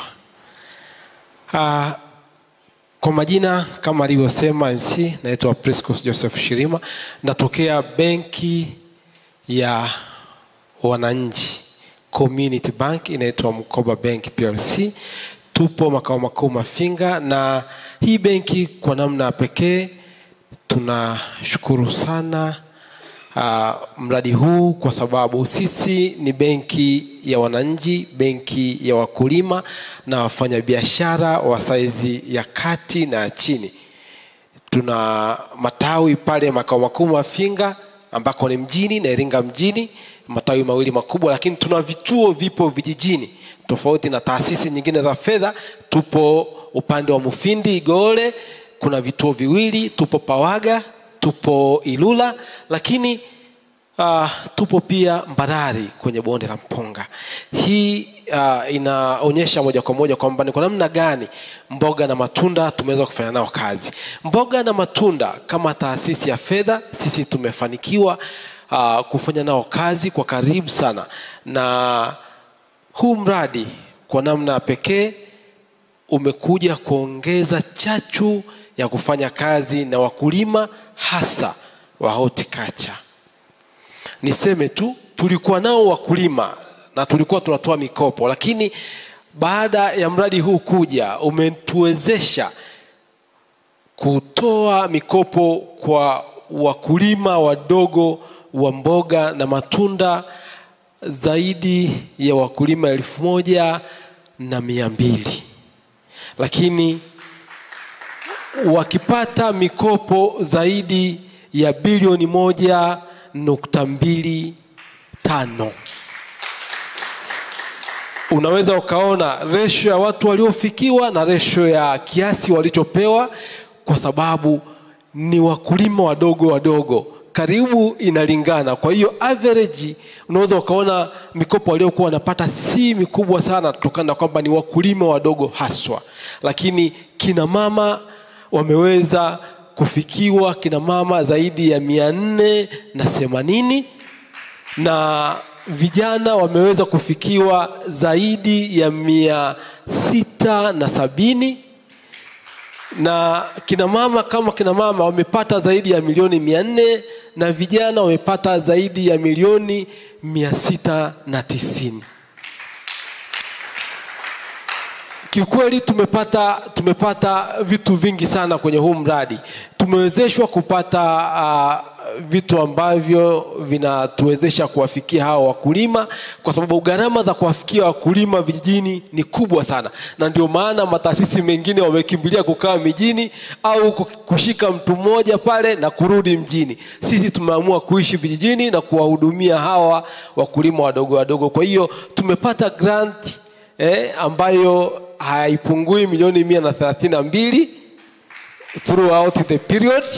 Ni kiasi ambacho kimetusaidia pia kupata facilities, kuwawezesha watu, kuwa train wakulima hawa. Sasa tumeweza kushirikiana na Mboga na Matunda, watu wa Fintrack na partners wengine, kuhakikisha kwamba wale wakulima wadogo wamepata masoko ya yale mazao wanayoyazalisha, lakini wamepata pia mbegu bora. Mfano naweza nikasema tu kwenye viazi mviringo Tanzania, sisi tumekuwa nao pale, wanatoa mbegu zilizo bora, lakini wanarudi wananunua yale mazao ambayo wakulima wameyazalisha. Hii inaonyesha ni kwa jinsi gani ambavyo imefanya kwa mikopo yote tuliotoa mpaka tunafika mwisho wa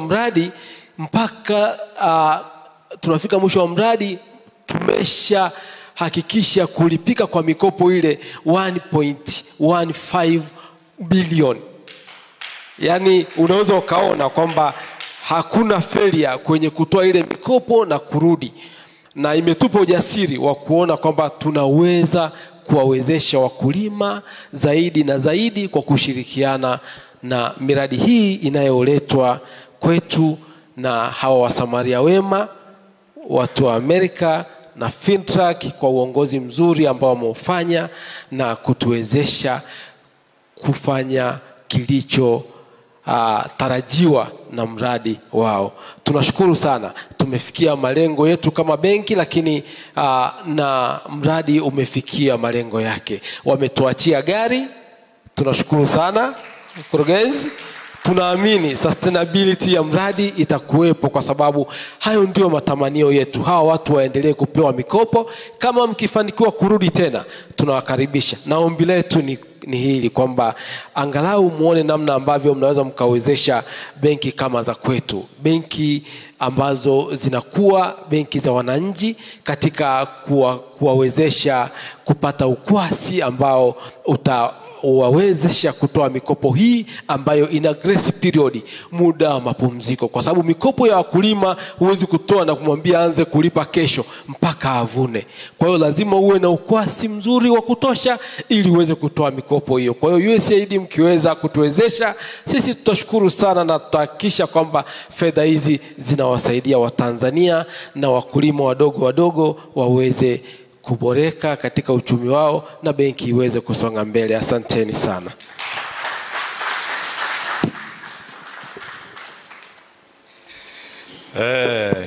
Maisha yanabadilika Tanzania. Kikao cha wakulima afu wanazungumzia mabilioni. Si aina ya utamaduni tuliozoea. Mgeni rasmi pia anashangaa. Tumezoea kusikia hizi hadithi kutoka kule bungeni, wanajadili budget. That's when you hear about billions. Lakini leo wakulima tu tumekaa hapa alafu watu wanajadili kuhusu mamilioni. Makofi ya ziada kwa financial institutions. Asante sana. Bila shaka mmejionea suti inavyopaswa kuwa. Sio kama ile MC hili limeokotwa tandale, suruali kule. Ina vipengele vyake. Makofi ya ziada kwa aliyekuja.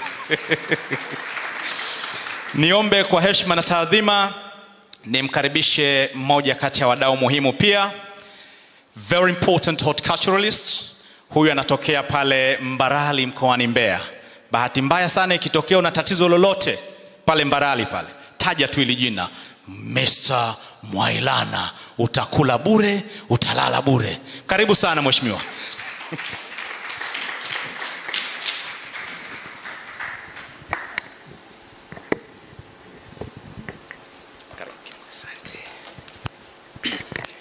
Mheshimiwa mgeni rasmi, wakilishi kutoka Usaid, timu ya mboga na matunda na washiriki wote, Jamhuri ya Muungano wa Tanzania. Kwa heshima na taadhima napenda kuwashukuru sana watu wa Usaid kwa shughuli kubwa walioifanya kuwezesha mradi wa Feed the Future mboga na matunda kuweza kufikia hapo ulipofikia. Lakini kwa namna ya pekee, ndugu mgeni rasmi, naomba kama utaniruhusu watu wa timu ya mboga na matunda wote wasimame. Niwaombe mboga na matunda kwa ujumla wenu msimame. Mboga na matunda stand up. Oh yes. Ndugu mgeni rasmi, nimefanya hivyo kwa makusudi. Sasa hivi tunasema kwamba 10:30 tunataka tuendeshe kilimo kijeshi. Lakini hii timu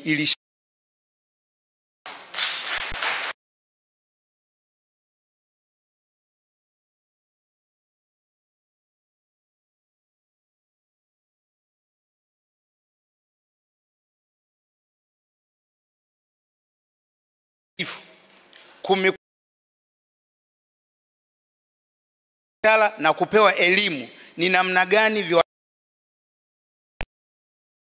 mkulima anavyoenda kwa mnunuzi anapewa elimu vile vile. Kwa hivyo hilo limesaidia sana ili kuweza kuwa na matumizi bora ya viuatilifu kwenye mazao yetu. Lakini jambo jingine, uandaaji wa vitalu. Tulikuwa tunaandaa vitalu kadri inavyowezekana. Ni sawa tunaendelea kuandaa vitalu vya kawaida, lakini sasa hivi baadhi ya wakulima wamefikia kuandaa vitalu kwa kutumia tray. Kimsingi tray kwenye maeneo yetu vilikuwa hazina thamani na zilikuwa hazifahamiki zinafanya kazi gani. Sasa hivi ukienda dukani unauliza tray kwa ajili ya kuwekea miche, anakuambia zipo, zinauzwa kwa bei fulani.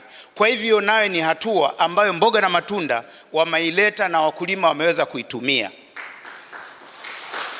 Licha ya hilo, tukiingia kwenye kilimo cha nyanya. Kilimo cha nyanya, mche moja wakulima walikuwa wanasimika miti 3 mpaka 4 kusapoti mche moja. Sasa hivi tuta zima lina miche 10, 15, 20, ni miche 3 au 4, miti 3 au 4 na kufunga kamba. Miti inakuwa mimea wanaisupport. Kwa hivyo zile staking za kutumia miti mingi ile imekwisha. Sasa hivi tunachoendelea nacho ni staking ya kutumia miti michache, na hilo limesaidia katika hifadhi ya mazingira. Kwa hivyo naweza nikasema kwamba uharibifu wa mazingira umepungua kutokana na elimu iliyotolewa na mradi wa Mboga na Matunda. Hilo tumepiga hatua. Lakini licha ya hivyo, maafisa ugani wetu wanafanya kazi baada ya kupata mafunzo. Mboga na Matunda walianzisha mfumo wanasema ni boot camp. Boot camp ilikuwa kila mtaalamu wa kilimo kabla hajaenda kuwatembelea wakulima walikuwa nakalishwa pamoja, wanaleta wataalamu waliobobea kwenye masuala ya bustani. Kwa mazao yote ya bustani wanapata elimu ya kina, na baada ya hapo mtaalamu anaenda kutoa elimu kwa mkulima. Jambo hilo kwa kweli limesababisha wakulima kupata elimu ambayo ni halisia, sio elimu ambayo labda mtu alisoma mwaka 84 anakuja kuitoa elimu leo. Kwa hivyo elimu iliyokuwa inatolewa ilikuwa inatolewa elimu kufuatana na mazingira yaliyopo sasa hivi. Lakini licha ya hivyo, hao wataalamu tulikuwa na wakulima viongozi. Lazima niseme kwamba tumefikia mahala tunasema mkulima kiongozi ni msaidizi wa bwana shamba, kwa sababu imefikia mahala sasa hivi wakulima viongozi wamekuwa ni viongozi kweli wakulima wenzao. Wanatoa elimu kwa wakulima wenzao, wanawasaidia namna ya kupanda, namna ya kuandaa nasare na vitu mbalimbali ambavyo kwa kweli ni vya kitaalamu. Kwa hivyo katika hilo nasema kwamba kwa upande wa elimu tumejengewa uwezo, na huo uwezo unawaendea wakulima. Lakini zaidi ya hapo, licha ya kupata elimu, Mboga na Matunda ni kati ya mradi moja ulioleta ushirikishwaji wa hali ya juu. Tumekuwa na wadau wengi ambao wameshiriki kwenye mradi wa Mboga na Matunda, na sio kushiriki kama wageni. Kila aliyekuwa na shiriki alikuwa anasimama kama ni sehemu ya ule mradi na kufanya kazi kuonyesha kwamba lazima matokeo yaonekane kutokana na zile jitihada zake anazoziweka katika mradi. Kwa mfano, tumeona mwakilishi wa uza pembejeo na wasambazaji wa pembejeo. Kumekuwa na makampuni mengi ambayo yalikuwa yanafanya kazi, lakini yale makampuni hayakuwa yanafanya kazi na timu ya Mboga na Matunda tu. Ilikuwa inafanya kazi na mnyororo mzima, toka kwa mkulima, bwana shamba, mpaka kwa wale wanunuzi wa mazao. Hilo limesaidia sana. Sasa hivi ukienda vijijini kwa mkulima, unamkuta mkulima ana mawasiliano na wasambazaji wa pembejeo. Mkulima anapata tatizo linalohusiana na pembejeo, labda viuatilifu, anapiga simu moja kwa moja. Lakini mkulima anahitaji kiuatilifu cha aina fulani, anapiga simu moja kwa moja dukani. Kwa hivyo kwa namna moja au nyingine tumesogezwa karibu zaidi na hizo taasisi. Kumekuwa na mashamba darasa mengi ambayo yamewekwa na haya makampuni. Tukienda zaidi ya hapo, tufikie kwenye soko la mazao. Hawa wakulima kwa kushirikiana na maafisa masoko wa mradi, kumekuwa na mtandao ambao ulikuwa unaunganishwa moja kwa moja kati ya wanunuzi pamoja na hao wakulima. Kwa hivi mazao yanapokaribia umri fulani, una mawili: kupiga simu moja kwa moja kwa mnunuzi au kuwasiliana na afisa masoko. Nina matikiti yangu yana hali fulani, natafuta soko. Kwa hivi moja kwa moja unalipata soko bila matatizo. Kwa hali hiyo naweza nikasema kwamba mradi ulikuwa unacheza na mnyororo mzima ili kuweza kuhakikisha mkulima anapata soko zuri, anaongeza faida katika mazao yake. Kwa hivi naweza nikasema kwa hali hiyo, sisi kama serikali za mitaa au halmashauri, kwa hilo ambalo mradi umeufanya, tunaweza tukasema kwamba ni lazima tutaliendeleza, kwa sababu ile elimu tumeipata, wataalamu wetu wamepata, Kwa hali hiyo itabidi lazima tuendeleze. Na kilichosaidia zaidi kwa sasa hivi, maeneo mengi bustani imeonekana kama ni biashara. Sio kama siku za nyuma ilikuwa mtu analima kaeneo kadogo anajua ni sehemu kwa ajili ya jikoni tu, kwa ajili ya matumizi ya nyumbani. Maeneo sasa hivi yamepanuka sana, tatizo limekuwa kwenye maji. Watu wameshahamasika sana. Kwa hivi naweza nikasema kwamba mradi wa mboga na matunda ukweli umetufumbua macho. Mradi wa mboga na matunda umetuongezea tija. Mradi wa mboga na matunda umetuongezea faida. Mradi wa mboga na matunda umeleta ushirikiano wa taasisi mbalimbali kuweza kukaa pamoja. Naomba nimalizie kwa kusema kwamba siku zote tunasikia kuna kampeni ya polio, kuna kampeni ya malaria na kadhalika na kadhalika. Mboga na matunda walianzisha kampeni ya kumuondoa mdudu anayeitwa kanitangaze. Kwa kweli kwa kipengele hicho lazima niseme tunawapongeza sana kwa sababu kanitangaze alikuwa ni tatizo kwenye nyanya. Kwa mtu ambaye anafahamu nyanya, nafikiri atakubaliana na mimi. Lakini mradi ulifanya utafiti, ukafikia mahala ukaamua kufanya kampeni kijiji hadi kijiji. Sasa hivi kanitangaze sio tatizo tena. Kanitangaze sasa hivi anaondolewa bila matatizo, tunapata mazao ambayo yana ubora wake. Kwa hivi naomba niahidi kwamba sisi kama halmashauri tutaendelea na kilimo cha bustani kwa ustadi mkubwa kadiri ambavyo tumefundishwa na mradi wa mboga na matunda. Asanteni sana.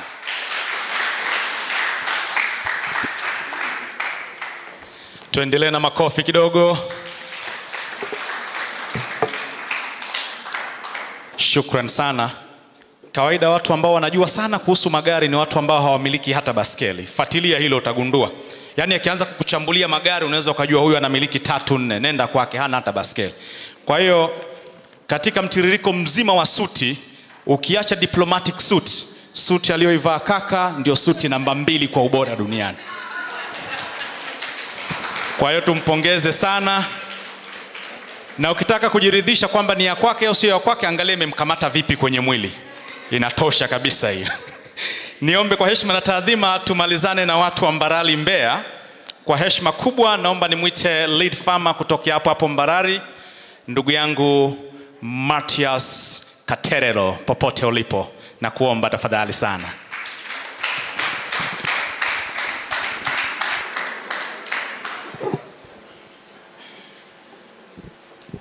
Leo inaonekana huyo fundi alikuwa na kazi ya ziada. Karibu baba.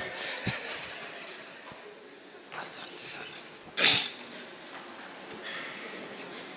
Naomba nitoe shukrani sana kwa kupewa nafasi hii kusimama mbele yenu. Naomba niwasalimu wazee wangu na viongozi wangu wa serikali na viongozi wa mradi wote kwa ujumla na wageni wote ambao tumealikwa mahali hapa. Heshima yenu. Kwa majina naitwa Matias Jacob Kiketelo. Huyo amesema kitetelo sijui. Kiketelo. Yaani kwetu sisi hiyo lugha ya kiketelo ni kioo, yani kile cha kujiangalizia. Baada ya kusema haya, nitoe shukrani kubwa sana kwa mradi wa mboga na matunda kwa jinsi ulivyoweza kufanya kazi kwa sisi kama wakulima na kama mkulima kiongozi ambaye anawakilisha wakulima walioko huko ambao tumenufaika na mradi huu. Kaka yangu au baba yangu Mheshimiwa Kadege atafahamu kwamba wakati anakuja mradi huu unakuja na kunikuta, alinikuta hata hii suti inawezekana siwezi hata kuivaa, hata kununua siwezi. Nilikuwa na hali mbaya sana. Nilikuwa nipo kwenye kilimo na kilimo ambacho tulikuwa tukilima kipindi hicho kilikuwa ni kilimo cha dharau. Yaani hakuna anaye kuheshimu. Hata ukisema nataka kuoa mwanamke, wanaambia wewe usije kuolewa na wakulima wa bustani. Nataka niwaambie ukweli. Kuna mzee mmoja alifanya kazi ya kufunga siku 3 kwa sababu binti yake amepata mchumba analima bustani za nyanya. Kwamba iwezekani mtoto wake kamaliza form 6 anakwenda kuolewa na mkulima anayelima bustani za nyanya. Huu ni mkosi. Lakini nataka niwahakikishie kwamba bahati mbaya mzee huyo Mungu alimchukua, ailaze mahali pema leo yake peponi. Bahati mbaya au nzuri angekuepo sasa, angetamani kwamba binti yake aolewe na sisi ambao tunalima bustani. Kwa sababu ya kazi ya mboga na matunda ndio ilitufanya sasa tuwe mamilionea. Watu ambao tulikuwa tunahesabu 20,000 laki ni tatizo, sasa hivi tunahesabu malaki mpaka milioni. Yote hii imebadilishwa kwa namna gani? Wakati tunalima hizo bustani, unalima huelewi napiga dawa hii kwa sababu gani, naweka mbolea hii kwa sababu gani. Kuna siku moja niliulizwa na afisa kilimo wa mradi, akaniambia unaweka hii ulea kwa sababu zipi? Nilishindwa jibu, nikamwambia naweka kwa sababu tunaweka tu, tunakuzia. Sielewi kilichopo ndani ya ile ulea. Lakini nikafundishwa kwamba natakiwa kuelewa hizi mbolea, kuelewa aina ya mbolea na kuelewa mmea kwa sasa unahitaji kitu gani, sasa hivi unahitaji mbolea aina gani. Lakini baada ya hapo kufahamu dawa, sisi tulikuwa tunaenda dukani kama wakulima, nipe hiyo dawa Ivory 72. Haijalishi mmea una magonjwa au hauna.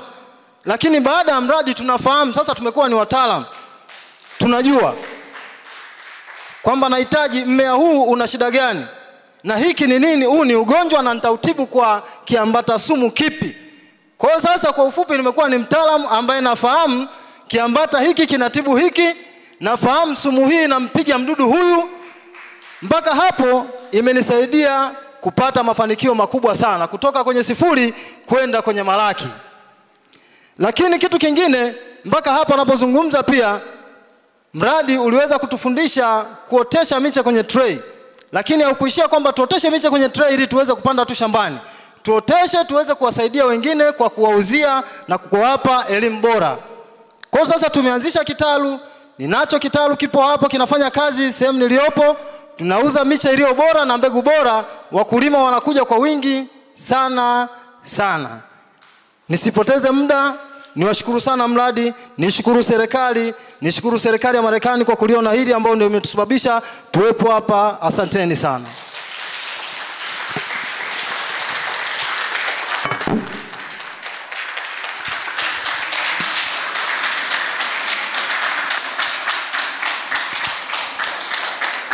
Oh yes, makofi mengine kwake.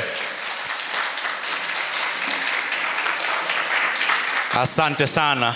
Wale ambao mlikuwa mkifunga binti zenu tusiwaoe, sasa inabidi mfunge ili tuwaoe. Asante sana ndugu yangu kutokea pale Mbeya. Niombe kwa ruksa yako mheshimiwa mgeni rasmi, nimwalike sasa ndugu yangu Agustino. Huyu anatokea pale Musimba Mikumi mkoani Morogoro. Huyu ni aggregator, moja kati ya watu ambao ni wa kupigiwa mfano mkubwa pale Mikumi. Karibu sana. Ukimtazama yuko simple tu, lakini shughuli yake ni nzito ukifika pale Mikumi. Karibu sana.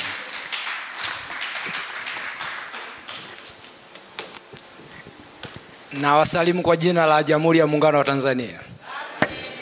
Kwa majina naitwa Agustino Lucas Agustino, napatikana Mikumi, tarafa ya Mikumi, kata ya Mikumi, kijiji Msimba. Nitaeleza machache kuhusu kazi ya aggregator. Kazi ya aggregator ya kwanza kabisa ni kujua idadi ya wakulima wanaomzunguka katika eneo lake. Kwa nini anatakiwa ajue wakulima anaozunguka katika eneo lake? Anatakiwa ajue wakulima wanaomzunguka katika eneo lake ili kuwa na takwimu sahihi za mashamba ambayo atayahudumia ndani ya eneo lake. Kazi ya pili, kujua idadi ya mashamba na kuyatembelea. Unaweza ukakijua kitu lakini mwisho wa siku usikijue kwa undani. Kazi ya tatu ni kujua tarehe za wakulima wamepanda nini kwa ukubwa gani, ili kabla mazao hajawa tayari uwe na uhakika wa soko. Mkulima bila soko haina maana. Kazi ya 4 ya aggregator ni kumuunganisha mkulima na wauza pembejeo wote. Kwani aggregator ndio anajua changamoto za wakulima, ni rahisi kumuunganisha na wauza pembejeo kwa sababu yeye ndio ana takwimu zote kwamba mkulima fulani ana changamoto 1 2 3. Hivyo ni rahisi muuza pembejeo kuambatana naye kwenda kwenye eneo la tukio kwa ajili ya kumsaidia mkulima. Kazi ya 5, kumuunganisha mkulima na maafisa ugani wote walio katika eneo lake ili kuweza kumfundisha kile ambacho kinafaa kuelekezwa kulingana na changamoto zinazomkabili. Pia aggregator ni kiunganishi kati ya mkulima na taasisi zote za kibenki ili kuweza kumkopesha mkulima. Na katika hili mradi wa mboga na matunda umelizingatia kwa 100%, kwani wakulima wangu wa Msimba wamekopeshwa pesa nyingi, na hivi sasa ninavyoongea na nyie wapo katika hatua za kurejesha mkopo.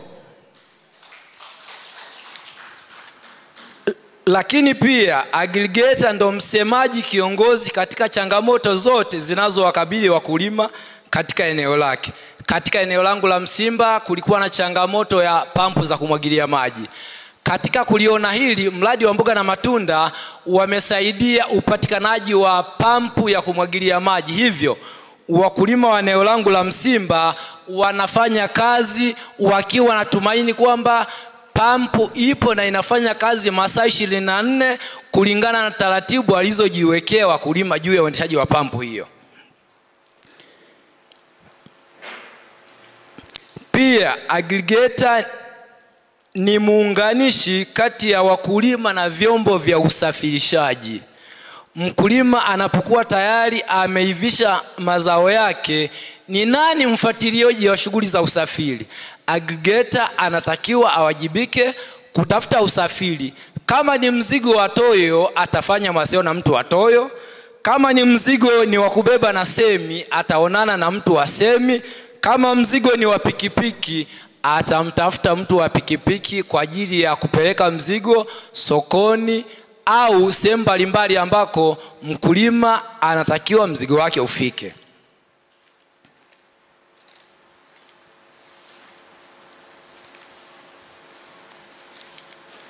Aggregator anatakiwa ajue mambo yafuatayo kabla mazao hajaenda sokoni.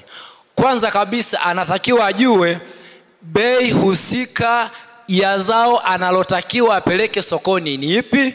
Lakini pia aggregator anatakiwa ajue kipimo kinachotumika sokoni. Kama ni debe, ajue debe hili linauzwa shilingi ngapi. Lakini kama ni kiloba, ajue kiloba cha ujazo fulani kinauzwa shilingi fulani. Aggregator pia ni msimamizi mkuu wa ubora wa mazao kabla mazao hajakwenda sokoni. Nini maana yake? Kwamba kabla ya mradi mkulima alikuwa anaweza kuchukua tu kile alichokuwa nacho na kukipeleka sokoni bila kuangalia ubora wa soko husika na mazao anayoyapeleka vinaendana. Kupitia mradi wa mboga na matunda, wakulima pamoja na aggregator wamepewa elimu ya kutambua ubora wa mazao husika ili kile wanachokipeleka sokoni kiendane na thamani halisi ya soko lenyewe.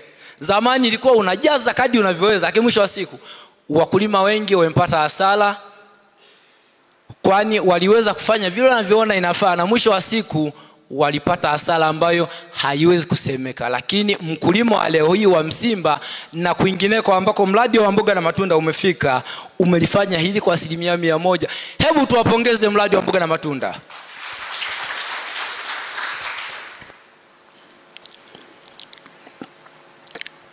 Aggregator pia anatakiwa awe na mawasiliano na wafanyabiashara wote wa masoko ya jirani na wa masoko ya mbali.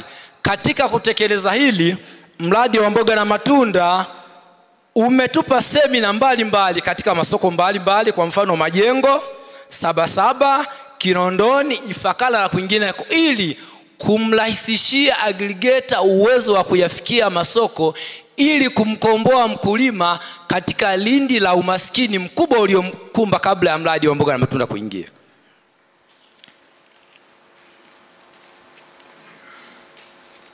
Na mwisho kabisa, ni ombi langu kwa wadau wote wa sekta ya kilimo kuiendeleza alama iliyoachwa na mradi wa Feed the Future ili kuendelea kumkomboa mkulima katika lindi la umaskini, kwani alama iliyoachwa na mradi wa Feed the Future haitafutika daima. Kwa heri mradi wa mboga na matunda. Karibuni tena mradi wa mboga na matunda, na Mungu awabariki.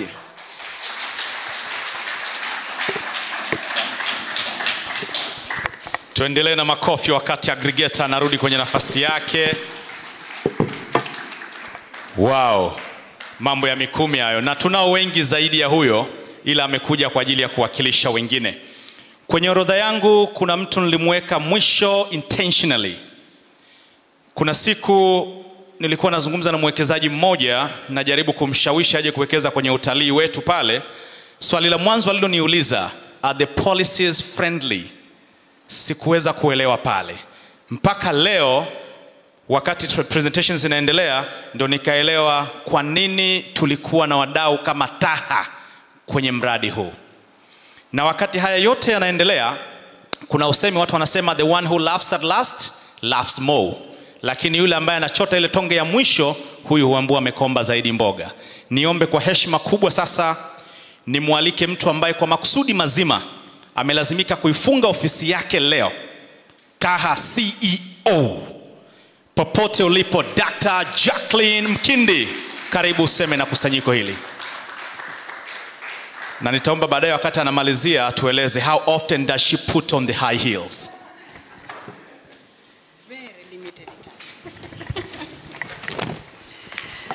Mheshimiwa mgeni rasmi Profesa Siza Tumbo, Mheshimiwa Mission Director Madam Kate, lakini vile vile mwakilishi wetu kutoka TAMISEMI, pamoja na kaka yangu rafiki Antonio, wageni wote waalikwa, mabibi na mabwana, naomba niseme itifaki imezingatiwa.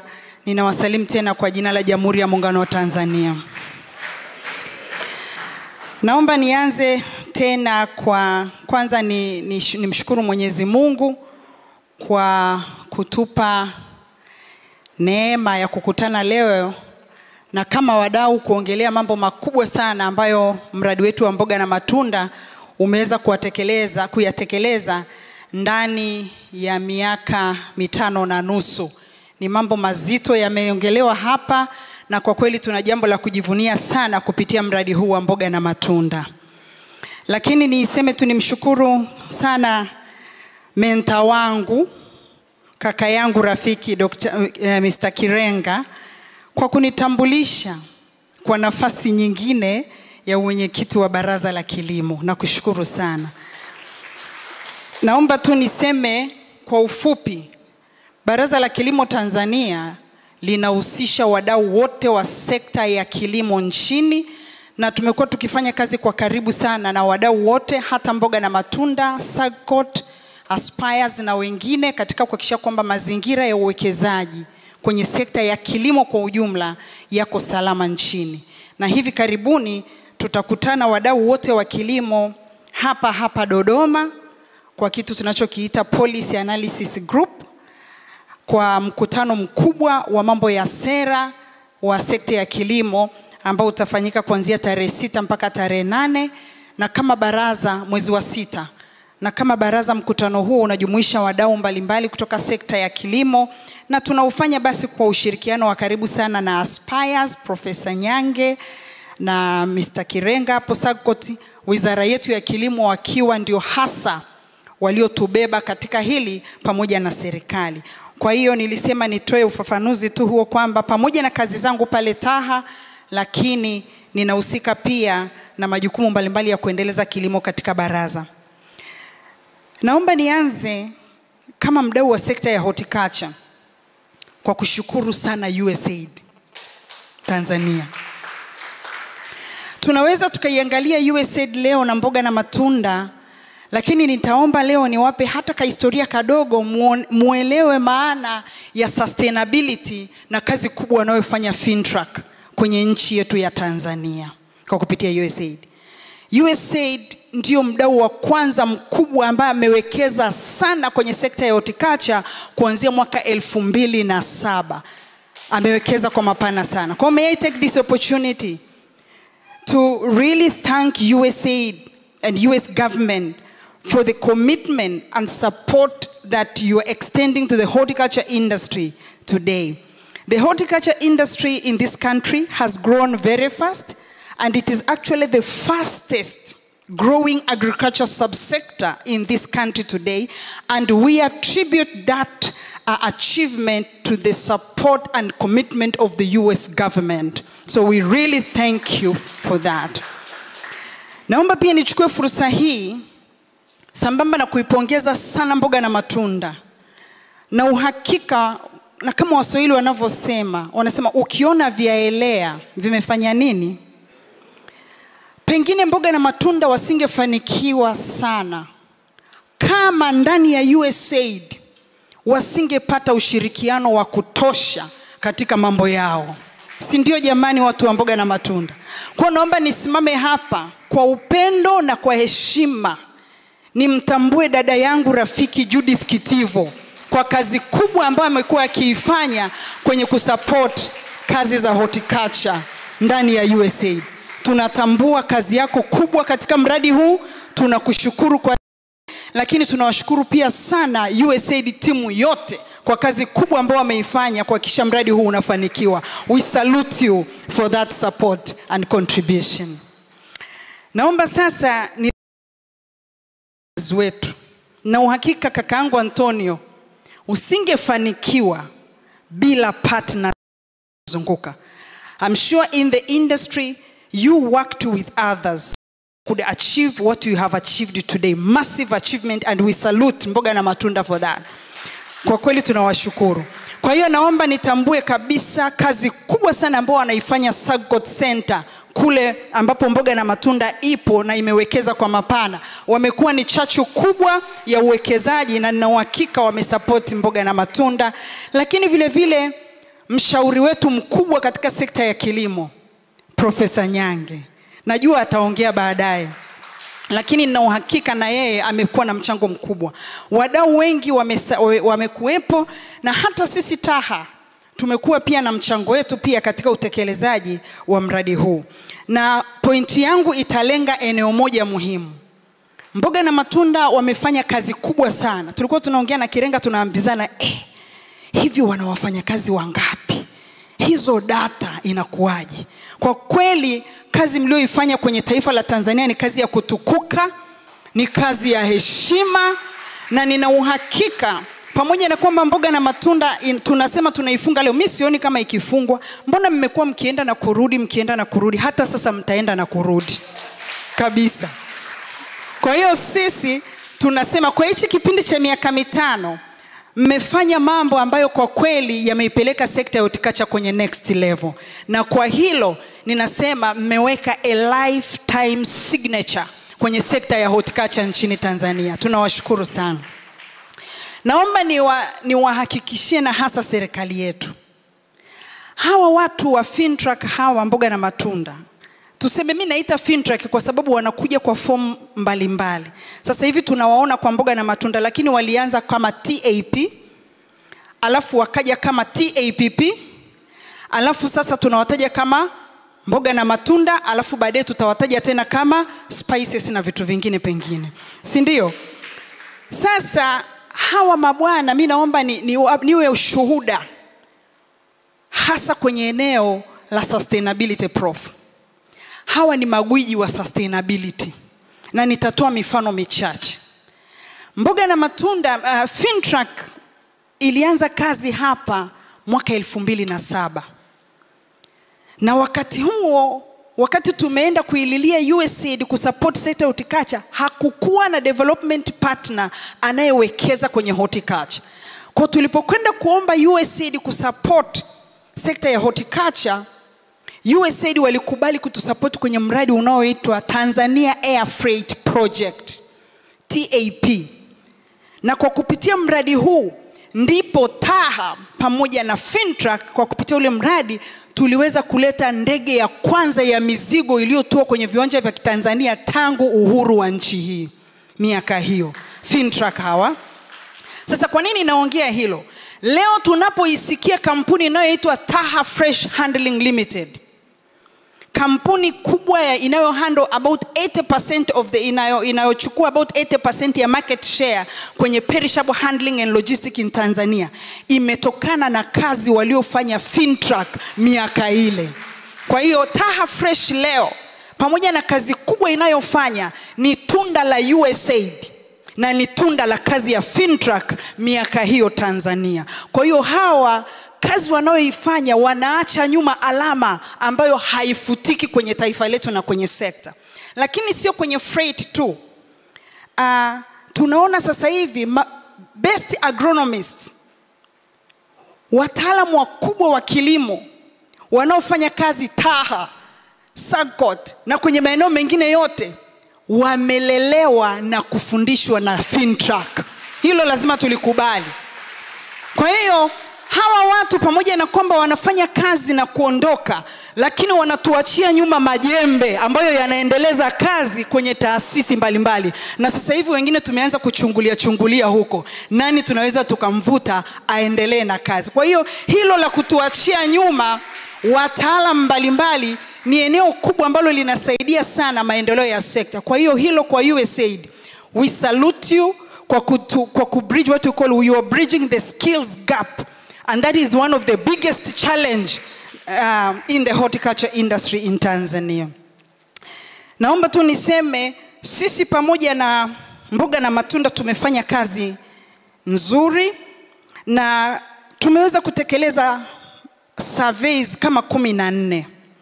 Na hizi surveys 14 ambazo tumezitekeleza kwa kushirikiana na Mboga na Matunda, mpaka leo tunazitumia kuinform our advocacy processes hapa nchini ili kuendelea kutengeneza mazingira wezeshi ya biashara kwenye sekta ya kilimo kwa ujumla. Kwa hiyo ninaomba niseme waheshimiwa kwamba kazi ambayo inafanywa na Fintrack ama ilifanywa na Fintrack Mboga na Matunda hailengi tu sekta ya horticulture. Lakini kwa mfano zile surveys 14 ambazo tumezifanya prof, zinatupa taarifa ya kuendelea kutengeneza mazingira bora ya uwekezaji katika sekta ya kilimo kwa ujumla nchini Tanzania. Kwa hiyo hiyo ni big plus na naomba tuwapigie makofi Mboga na Matunda kwa hilo. Kitu kingine ambacho nitakuwa mchoyo wa fadhila nisipokisema, wote humu ndani tunajua data kwenye kilimo ni changamoto. Tunafanya kazi kubwa na Profesa Siza Tumbo kwenye eneo la data. Lakini kuna jambo kubwa ambalo Fintrack Mboga na Matunda wamelifanya kwenye sekta. Pamoja na kazi nyingine walizofanya, lakini taasisi hii ama project hii pia imejengea uwezo taasisi hii ya Taha ili kuendeleza baadhi ya kazi nyeti ama kazi nzuri za kuendeleza sekta.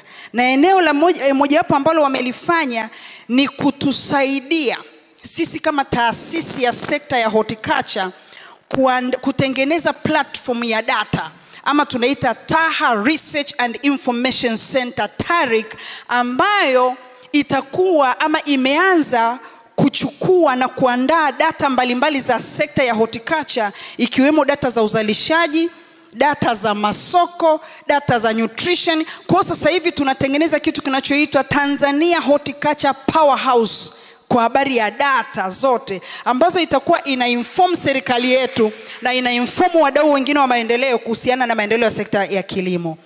Lakini kwa hili naomba nichukue nafasi ya kipekee sana, sambamba na kumshukuru Antonio kwa kutukubalia kutekeleza nasi jambo hilo, lakini nimshukuru sana Dr. Richard Pluk ambaye hayupo hapa, na ninaomba tumpongeze na tumpigie makofi Richard Pluk. Dr. Richard Pluk amekuwa ni msaada wetu mkubwa sana katika kudesign na kutusaidia kubuild hii platform ambayo mpaka sasa hivi ninavyoongea inakaribia kukamilika kwa zaidi ya 90%. Kwa hiyo huko aliko Dr. Pluk, naomba apewe salamu zetu ya kwamba kwa kweli kwa mara nyingine tena ameacha alama kubwa Tanzania. Waheshimiwa mabibi na mabwana, naomba nimalizie kwa kuipongeza sana Fintrack Mboga na Matunda kwa kazi kubwa ambayo wameifanya na tumeiona. Lakini niwashukuru sana Usaid sana, kwa sababu leo sekta ya horticulture nchini ndio sekta inayokuwa kwa kasi kuliko sekta zote kama nilivyosema. Na tusingefika tulikofika kama sio kwa sapoti kubwa sana na ya kipekee, both technical and financial, ambayo tunaipata kutoka kwa watu marafiki zetu wa Marekani kwa kupitia Usaid, lakini vile vile na USDA. Wamekuwa ni msaada mkubwa, tumejengwa, tumepika. Wengine mnavyotuona hapa, sisi ni matunda ya ushirikiano mkubwa wa watu wa Marekani. Wametujenga, wametufundisha, na tumeweza kusukuma gurudumu hili kwa muda mrefu. Kwa hiyo tunawashukuru sana. Naomba nishukuru serikali yetu, wizara yetu ya kilimo, TAMISEMI, LGA. Wala tusingefanikiwa na tukaongea mambo mazito hivi bila mkono wa serikali. Kwa hiyo tunashukuru sana serikali yetu, na juzi mtakuwa mlinisikia kama mwakilishi wa sekta nikishukuru kwa bajeti ya kihistoria ambayo wizara pia iliipitisha, na horticulture is at the center of it all. Kwa hiyo leo naomba pia nisimame mahali hapa nishukuru sana wizara kwa kazi kubwa ambayo mnafanya na sisi kuendeleza kilimo, kuendeleza sekta ya horticulture na kutufanya tuendelee kung'aa. Niwahakikishie tu kwamba yale mboga na matunda walioyafanya hayatapotea. Yataendelea. Tutayaendeleza. Na niseme tu kwamba kama mliondoka mkarudi na mambo yakaendelea, mmeenda leo labda mnafunga lakini hamtafunga, na uhakika mtarudi, mtatukuta na mambo yataendelea kuendelea. Kwa hiyo niseme asanteni sana. Shukrani kwa partners wote ambao mmeshiriki kwenye kuhakikisha mboga na matunda inafanikiwa, na niombe tuendelee kuhakikisha kwamba yale walioyaandaa hayapotei, ili wakirudi watukute, ili tuendelee kusukuma gurudumu la horticulture. Salutation kwa Usaid, mboga na matunda, na wakulima wote wa horticulture nchini Tanzania. Asanteni sana.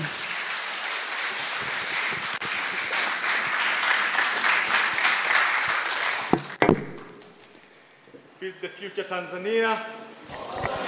Feed the future Tanzania. Shukrani sana. Jamani, kwa mujibu wa taarifa niliyopewa, kuna watu ambao wametoka sehemu mbalimbali na bahati mbaya sana wamekata tiketi za ndege na muda umetukimbia sana.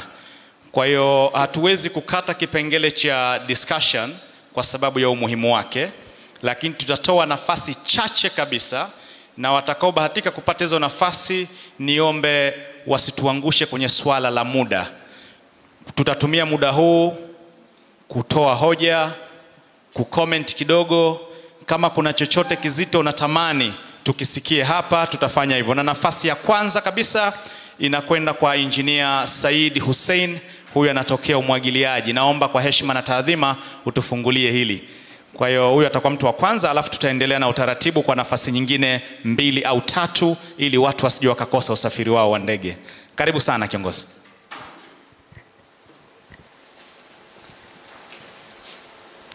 Asante sana.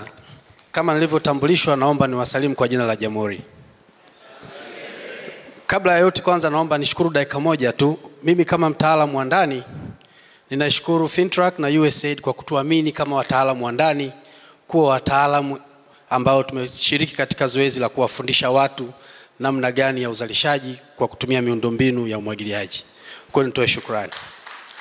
Lakini la pili, naomba niseme katika discussion hii kuna maeneo ambayo ni lazima tuya address. Mboga na matunda wametuachia alama ambayo kila mtu anaitaka ione na kuisikia. Lakini sisi wataalamu, ninaomba nishare hili, kuna maeneo ambayo ni lazima tuendelee kukumbushana.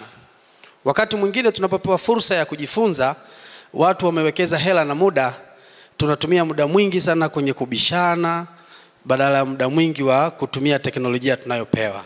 Kubishana kwenye nini? Lengo ni moja, kwenda mbele.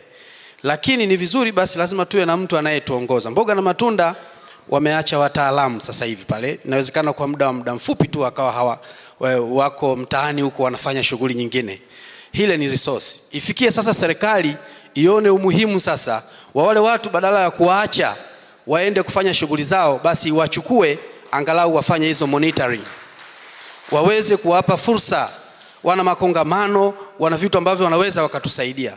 Kuna vitu vingi sana ambavyo huko tunatumia hela nyingi kuwaika watu kutoka mbali. Wakati leo tukiwaita hawa watu tukawapa sekta. Sasa wewe kwenye mkoa huu TAMISEMI, labda eneo hili kuna changamoto ya agronomist, kaa hapa kwa kipindi cha miezi 7 wafundishe hawa. Tunaweza, hilo gharama zake ni ndogo na uwezo huo serikali nao. Kwa hiyo niombe tu serikali sasa ione umuhimu wa kuwatumia hawa watu, kwa sababu ninaumia moyo kama tutawaacha waende huko alafu warudi tena. Hapana, ni vizuri sasa ikiwezekana. Profesa Tumbo mwalimu wangu, nilitaka nimuombe hili wizara sasa ilibebe hili, kwamba badala ya kuwaacha hawa watu iwachukue sasa, iwape tu fursa hizo, ziko nyingi. Mradi utakaporudi ni nafasi pekee ya kuweza kurudi kwenye mradi. Sasa hivi tusiwaache, hilo ndio ombi langu. Asante sana. Shukran sana. Asante, mchangiaji amekuwa very brief. Niombe sasa mmoja kati ya timu ya Mboga na Matunda achukue hii mic, ishuke huko chini ili tuweze kutoa nafasi nyingine 3 kama tulivyoahidi. Jenda izingatiwe sana katika swala zima la discussion. Unayo nafasi ya kutushauri, unayo nafasi ya kuuliza chochote kile. Karibu, naomba kuona mikono watu ambao wanataka kuchangia. Tafadhali naomba mpatie mic mama hapo. Huyu hapo. Haya, karibu. Cha kwanza jitambulishe alafu endelea kuongea. Karibu sana mama. Jina langu naitwa Beatrice Tarimon, afisa kilimo Makambako. Karibu sana kutokea Makambako. Nishukuru sana mradi wa Mboga na Matunda, umefanya mengi, wenzangu wameshasema, lakini nilikuwa nataka nishauri kwamba kuja sasa wawekezaji watuchukue hii modo, kwamba unapotaka kumsaidia mkulima umsaidie kwenye mnyororo wa thamani wote. Kwamba unataka kumsaidia basi aanze kama ni pembejeo, basi yani iwe mnyororo wa thamani, ili mkulima mmoja anapotoka awe ametoka moja kwa moja, kuliko kumsaidia kwenye amekamilika, kuliko kumsaidia kwenye kipengele kimoja labda cha uzalishaji alafu akao hajui soko atapata wapi, au kumsaidia kwenye masoko anajua hajui pembejeo atapata wapi. Lakini unapokuwa umechukua mnyororo mzima wa thamani, inakuwa ni rahisi mkulima yule kutoka na kuwa ushuhuda kwa mkulima mwingine. Asante sana, tukushukuru mama. Naomba sasa mic iende kwa baba kwanza. Mpatie baba. Twende kule nyuma kwanza. Asante sana, kwa kifupi kabisa, muda si rafiki sana. Karibu kiongozi. Okay, nashukuru sana. Mimi naitwa Shedafa Donatus kutoka Siova Seeds Tanzania Limited. Mimi nilikuwa na ushauri tu rahisi sana. Ndio. Hawa jamaa Mboga na Matunda wamefanya kazi nzuri. Mimi nilikuwa naomba serikali tuwaongezee muda. Hii biashara ya kufeza out tuna create gap. Hawa tuwape sustainability waendelee. Na kwa mfano sisi kama Siova wametusaidia sana, tumeboost sales na tumeongeza skills, na hata kwenye ile sustainable development goals wameweza kusaidia to zero hunger and poverty.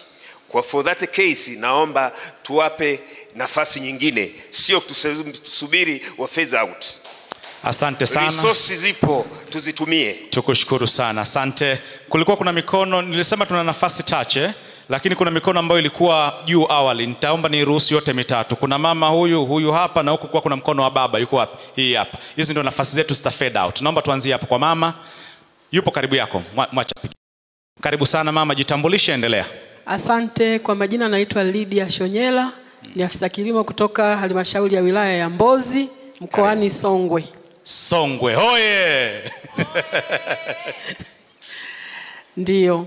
Mimi nitaka kutoa taarifa kwa wenzangu wameyasema mengi sana, lakini taarifa nilionayo ninayotaka kuwashirikisha nyote mlioko hapa ndani ni kwamba mradi wa Mboga na Matunda umewezesha maafisa ugani hasa kwenye swala lazima la kuweza kumfikia mkulima kwa urahisi, kwa kuwapa allowance kwa ajili ya kununua mafuta, na waliweza kufika kwa wakulima kwa muda unaotakiwa.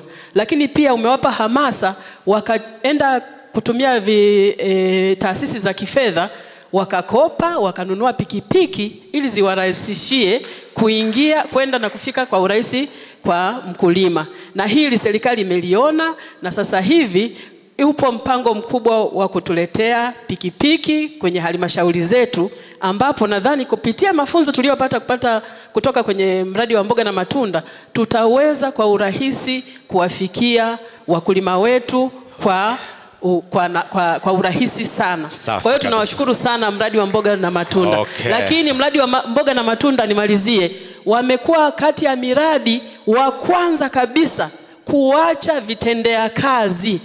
Wametuachia vitendea kazi yakiwemo magari, pikipiki, kompyuta. Hata kama sikupata, lakini ninawashukuru sana. Tunaomba serikali isisitize na miradi mingine, wanapokuwa na vifaa kama hivi vitendea kazi watuachie, ili tuweze kuendeleza na miradi ikawa endelevu. Asante sana mama. Tuende hapa, tutamalizia na mama. Taomba tu zili. Karibu sana kaka. Na wasalimu kwa jina la Jamhuri ya Muungano wa Tanzania. Kazi iendelee baba. Kwa majina naitwa Majorino Venaz Yangi, ni mkurugenzi wa Major Agrochemical Supply Limited. Sisi tunapatikana pale Iringa mjini, tuko Mbeya na tuko njia panda Mgama kwa Silverland Ihemi. Yeah. Sisi tunaushukuru sana mradi wa mboga na matunda, umetusaidia, tumeanza kuwa maagrodila na mpaka tukasajili kuwa kampuni kupitia mradi wa mboga na matunda. Kwa hilo mimi nawashukuru na nawapongeza sana. Serikali ingetambua kuwatumia hawa wataalamu, kwamba kuna wataalamu wengi wamebobea kwenye mambo ya irrigation system, pia wamenifundisha mpaka nimekuwa muuzaji wa drip irrigation system na nafunga mashamba mengi na na order nyingi ambazo nimeanza kuimport vitu kutoka nje. Tuna import kutoka Uturuki na pia tumefanya mazungumzo, tunachukua vifaa kutoka Dubai. Kuna kampuni ambayo tunamalizana mazungumzo mwezi wa 6, naenda kwa visit Dubai kutembelea kuangalia vitu tunafanyeje. Na pia tunaushukuru mradi umeweza kuwezesha wakulima 99% wakulima wanajua pembejeo bora, especially mkoa wa Iringa. Hawawezi kulima mbegu ambayo inaitwa nyanyapori, wanalima mbegu Chotara hybrid. Na mfano kakangu pale Bwana Lavi tumefanya nao sana kwenye mradi, Bwana Henry na watu wengi wengine wako hapa tumefanya nao kwenye mradi. Wapi makofi kwa mboga na matunda? Sisikii. Na ningeomba hii timu ya mboga na matunda imefanya vizuri sana. Mimi nawaheshimu sana, wametoa mbali. Asante. Kipato changu kimeweza kuwa. Nashukuru sana. Muda unakimbia. Shukrani sana. Peleka kwa mama tumalize zoezi. Naona Profesa David ananitazama hapa. Unakula muda wangu, nisamehe tu baba. Tuendelee mama. Nawasalimu kwa jina la Jamhuri ya Muungano wa Tanzania. Kazi iendelee mama. Ninaitwa Lediana Mafuru Mng'ong'o, ni mkurugenzi wa taasisi ya kitaalamu ya masuala ya lishe inaitwa Tanzania Home Economics Association, lakini pia ni mbunge mstaafu. Wow. Ninapenda kwanza nishukuru sana Fintrack mboga na matunda kwa mradi mzuri walioufanya. Lakini mimi naomba niseme kitu kimoja tu, na niombe bahati nzuri na ipongeza serikali. Uwakilishi upo mkubwa sana hapa. Yes. TAMISEMI wapo, kilimo wapo na wataalamu wote toka mikoani. Sasa mradi huu ulikuwa mradi wa aina yake. It was a unique project. Unaanzia toka ni declare kwamba pia mimi ni afisa kilimo, ni extension officer mstaafu. Sasa naanza kwa kusema huu mradi ulikuwa unaanzia toka kumfundisha mtu mbinu za kilimo bora, good agricultural practice. Unakwenda mpaka kwenye ulaji, kwenye usindikaji, kwenye masoko, kwenye kumjenga kiuchumi. Haijawahi kutokea Tanzania hii miradi yote. Hebu tuwapigie makofi. Kwa maana hiyo, mimi kama mtaalamu wa lishe nikitokea Tanzania Home Economics Association, mtu amefundishwa mbinu za kilimo, lakini anafundishwa na jinsi ya kuandaa chakula. Hali ya lishe imebadilika huko kwa maeneo tunayotoka. Natoka mkoa wa Iringa. Pia mradi uligusa maeneo ambako yalikuwa hayajafikiwa. Kwa hiyo naungana na wenzangu, kwa sababu ya muda sitarudi kusema mengi. Naungana na wenzangu. Hizi mbinu zilizotumiwa na huu mradi Fintrack wapewe nafasi waendelee. La kwanza. La pili, kwa vile miradi mikoa waliokuwa natekeleza walitekeleza vijiji vichache kwenye mikoa ile, wapewe tena nafasi watekeleze vijiji vyote na waongeze mikoa mingine mipya.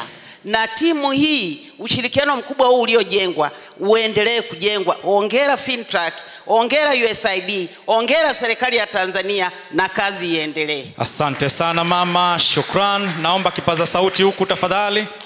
Naomba kipaza sauti huku. Asanteni sana. Tumekula dakika za mtu mmoja muhimu kweli. Uniwie radhi sana Professor David. Naomba sasa kwa heshima na taadhima tumkaribishe Professor David Nyange kwa ajili ya kuja kutoa neno la kufungia mkutano huu. Karibu sana Professor.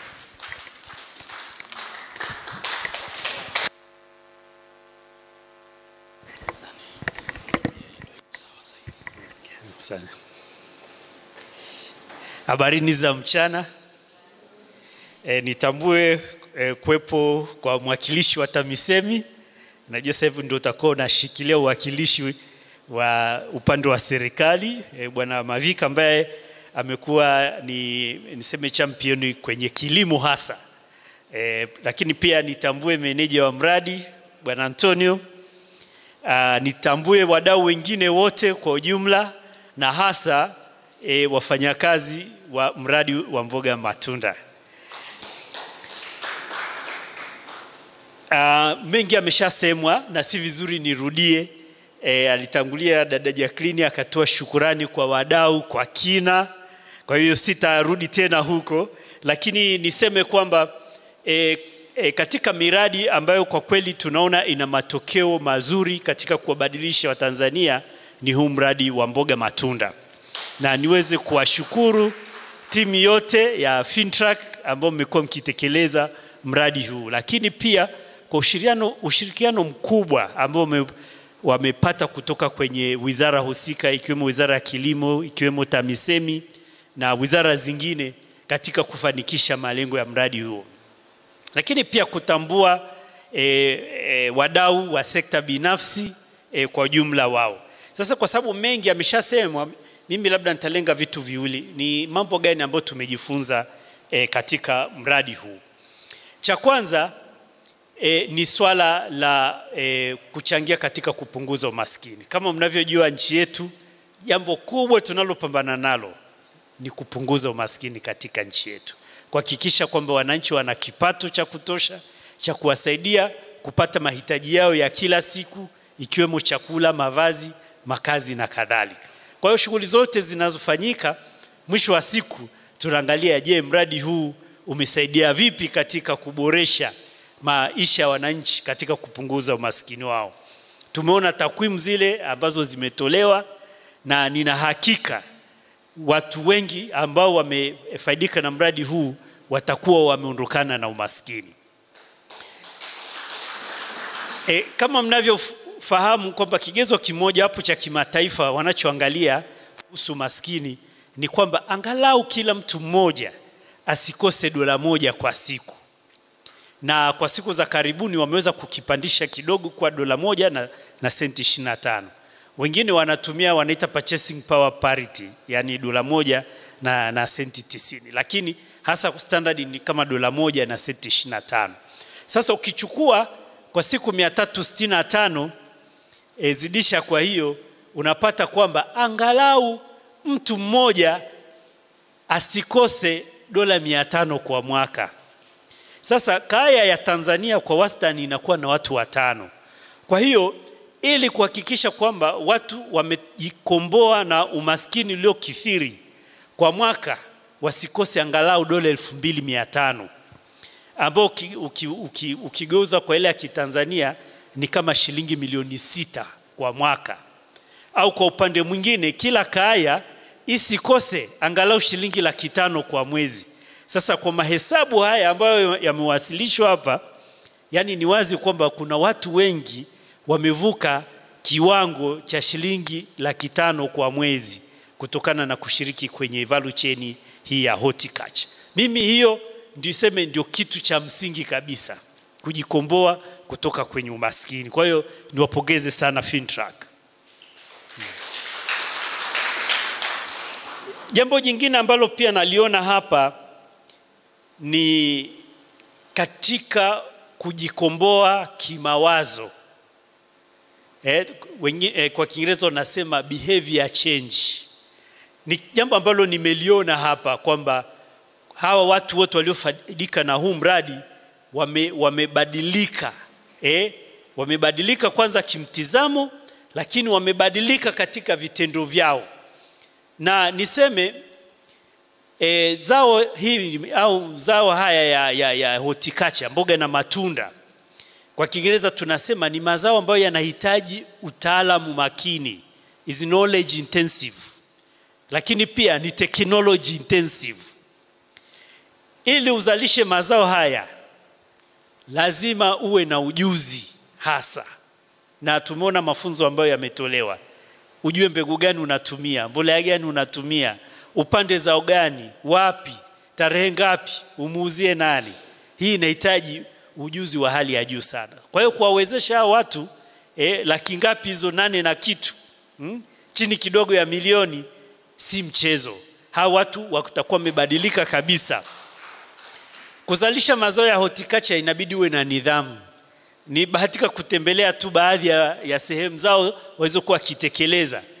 Kama unalima mboga au matunda, ujue kwamba muda gani uvune, ili kwamba yaweze kusafirishwa kwa wakati mwafaka na kulifikia soko. Uwezi wewe kama mkulima wa horticulture ukalala ukamka saa 4, inabidi udamke asubuhi. Hiyo si inahitaji mabadiliko ya nidhamu, si ndio? Ajue apange ratiba. Watu mara nyingi wanafikiri mkulima hana ratiba, lakini wakulima wote wa horticulture wanafuata ratiba na taratibu. Kwa hiyo ni behavior change. Sasa kitu ambacho mimi nilikuwa najaribu kukiangalia, kwa mfano nilikuwa naona matumizi ya mbolea, karibu 50% wanatumia mbolea. Ukicheki kwenye sensa ya taifa ni kama 20% tu ya wakulima wote wanatumia mbolea. Kwa hiyo utaona tofauti kubwa ya wakulima wa horticulture ukiwalinganisha na wakulima wa mazao mengine. Na nina hakika kwamba ujuzi huu waliojifunza katika horticulture utakuwa umewabadilisha pia katika kilimo cha mazao yao mengine wanayolima. Kwa sababu unajua wakulima wa horticulture pia wanalima mazao mengine, wanafuga na kadhalika. Na hii nafikiri ni swala ambalo labda tutalifanyia utafiti tuone impact ya wakulima wa horticulture kwenye mazao mengine. Kwa sababu kama umechange behavior na hakika hiyo behavior walioichange kwenye horticulture, basi tutaweza kuiona kwenye mazao mengine pia. Sasa kwa wafanyakazi wa Fintrack, mmekuwa mkifanya kazi pamoja kwa karibu miaka 6. Na wengine najua mlianzia toka miradi mingine ya mwanzoni. Mmekuwa mkifanya kazi kwa pamoja. Hii ni familia nyingine kabisa ambayo mmeweza kutengeneza. Mmeweza kutengeneza network. Sasa katika kukua, nasema career development, networking is very important. Na hasa katika mafanikio katika maisha, wanasema kuna kitu kinaitwa social capital. Kwa hiyo muone kufanya kazi kwa pamoja, mmejiongezea mtaji, social capital. Ina maana kwamba jinsi mnavyoendelea kimaisha, mtakuwa mkisaidiana katika kupambana na changamoto kwa pamoja, kwa kushirikiana na kadhalika. Kwa hiyo msione tu kwamba mradi umekwisha, lakini mjue kwamba tayari mmejijengea mtaji ambao utawasaidia katika maisha yenu yote. Niseme kwamba kuna mambo mengi pia tumejifunza. Wazungumzaji waliotanguliwa wameonyesha kwamba Wizara ya Kilimo sasa hivi inaangalia namna ya kuboresha huduma za ugani. Na katika mjadala ambao tumekuwa tukifanya na timu ya wizara, ilikuwa je, ni nini tunajifunza katika hii miradi? Na kama mnavyoona, wizara imechukua hatua za kuanza kuboresha huduma za ugani. Na niseme kuna mambo mengi sana tumejifunza katika mradi huu wa horticulture, ambayo sasa hivi kama mnaona wizara imetoa vitendea kazi. Ni kati ya mambo ambayo tumejifunza na katika mradi huu. Kwa hiyo tayari matokeo haya tunayaona nje ya horticulture. Mambo ambayo yamejifunzwa sasa yanatumika kule. Mwisho niseme kwamba mradi huu kwa kweli umewanufaisha vijana. Kama mnavyofahamu, zaidi ya 77% ya Watanzania ni vijana, yani wana chini ya miaka 35. Na mazao haya ya mboga na matunda ni sehemu muhimu kwa vijana kuingia katika kilimo. Kwanza kwa sababu hayahitaji ardhi kubwa. Kama mnavyojua kwamba umilikikaji wa ardhi huwa unatolewa kutoka kizazi kimoja hadi kingine. Kama kijana hawezi kusubiri miaka yote mpaka wazazi waweze kuritaya, lakini anaweza kuanza na zao la mboga na matunda, kwa sababu anaweza kukodisha kipande kidogo cha ardhi, basi akazalisha na akawa mkulima, mfanyibiashara. Kwa hiyo sekta hii ni muhimu sana kwa vijana, na sasa hivi tumekuwa tukitengeneza mkakati wa vijana katika kilimo, na mambo mengi ambayo mmekuwa mkiyafanya nyie tumeweza kuyaingiza mle kama ni mfano.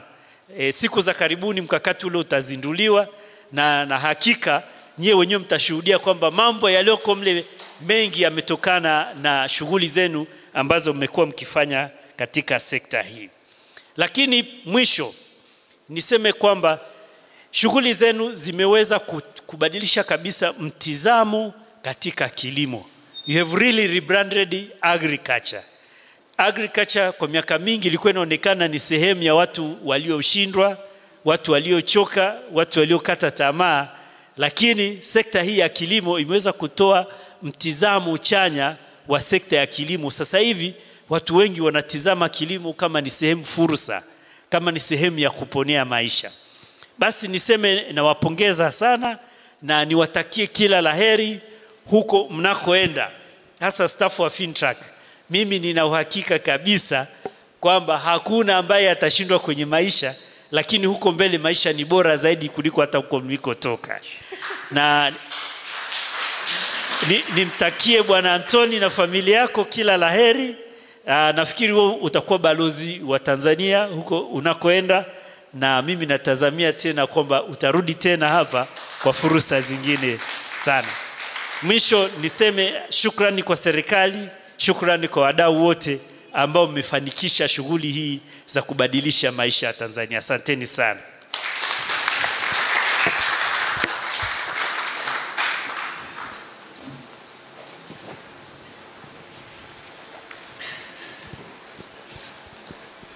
Feed the Future Tanzania. Ile ilikuwa inaitwa closing remarks. Maana yake mkutano wetu umeshafungwa rasmi. Yanayofuata ni matangazo tu, si sehemu ya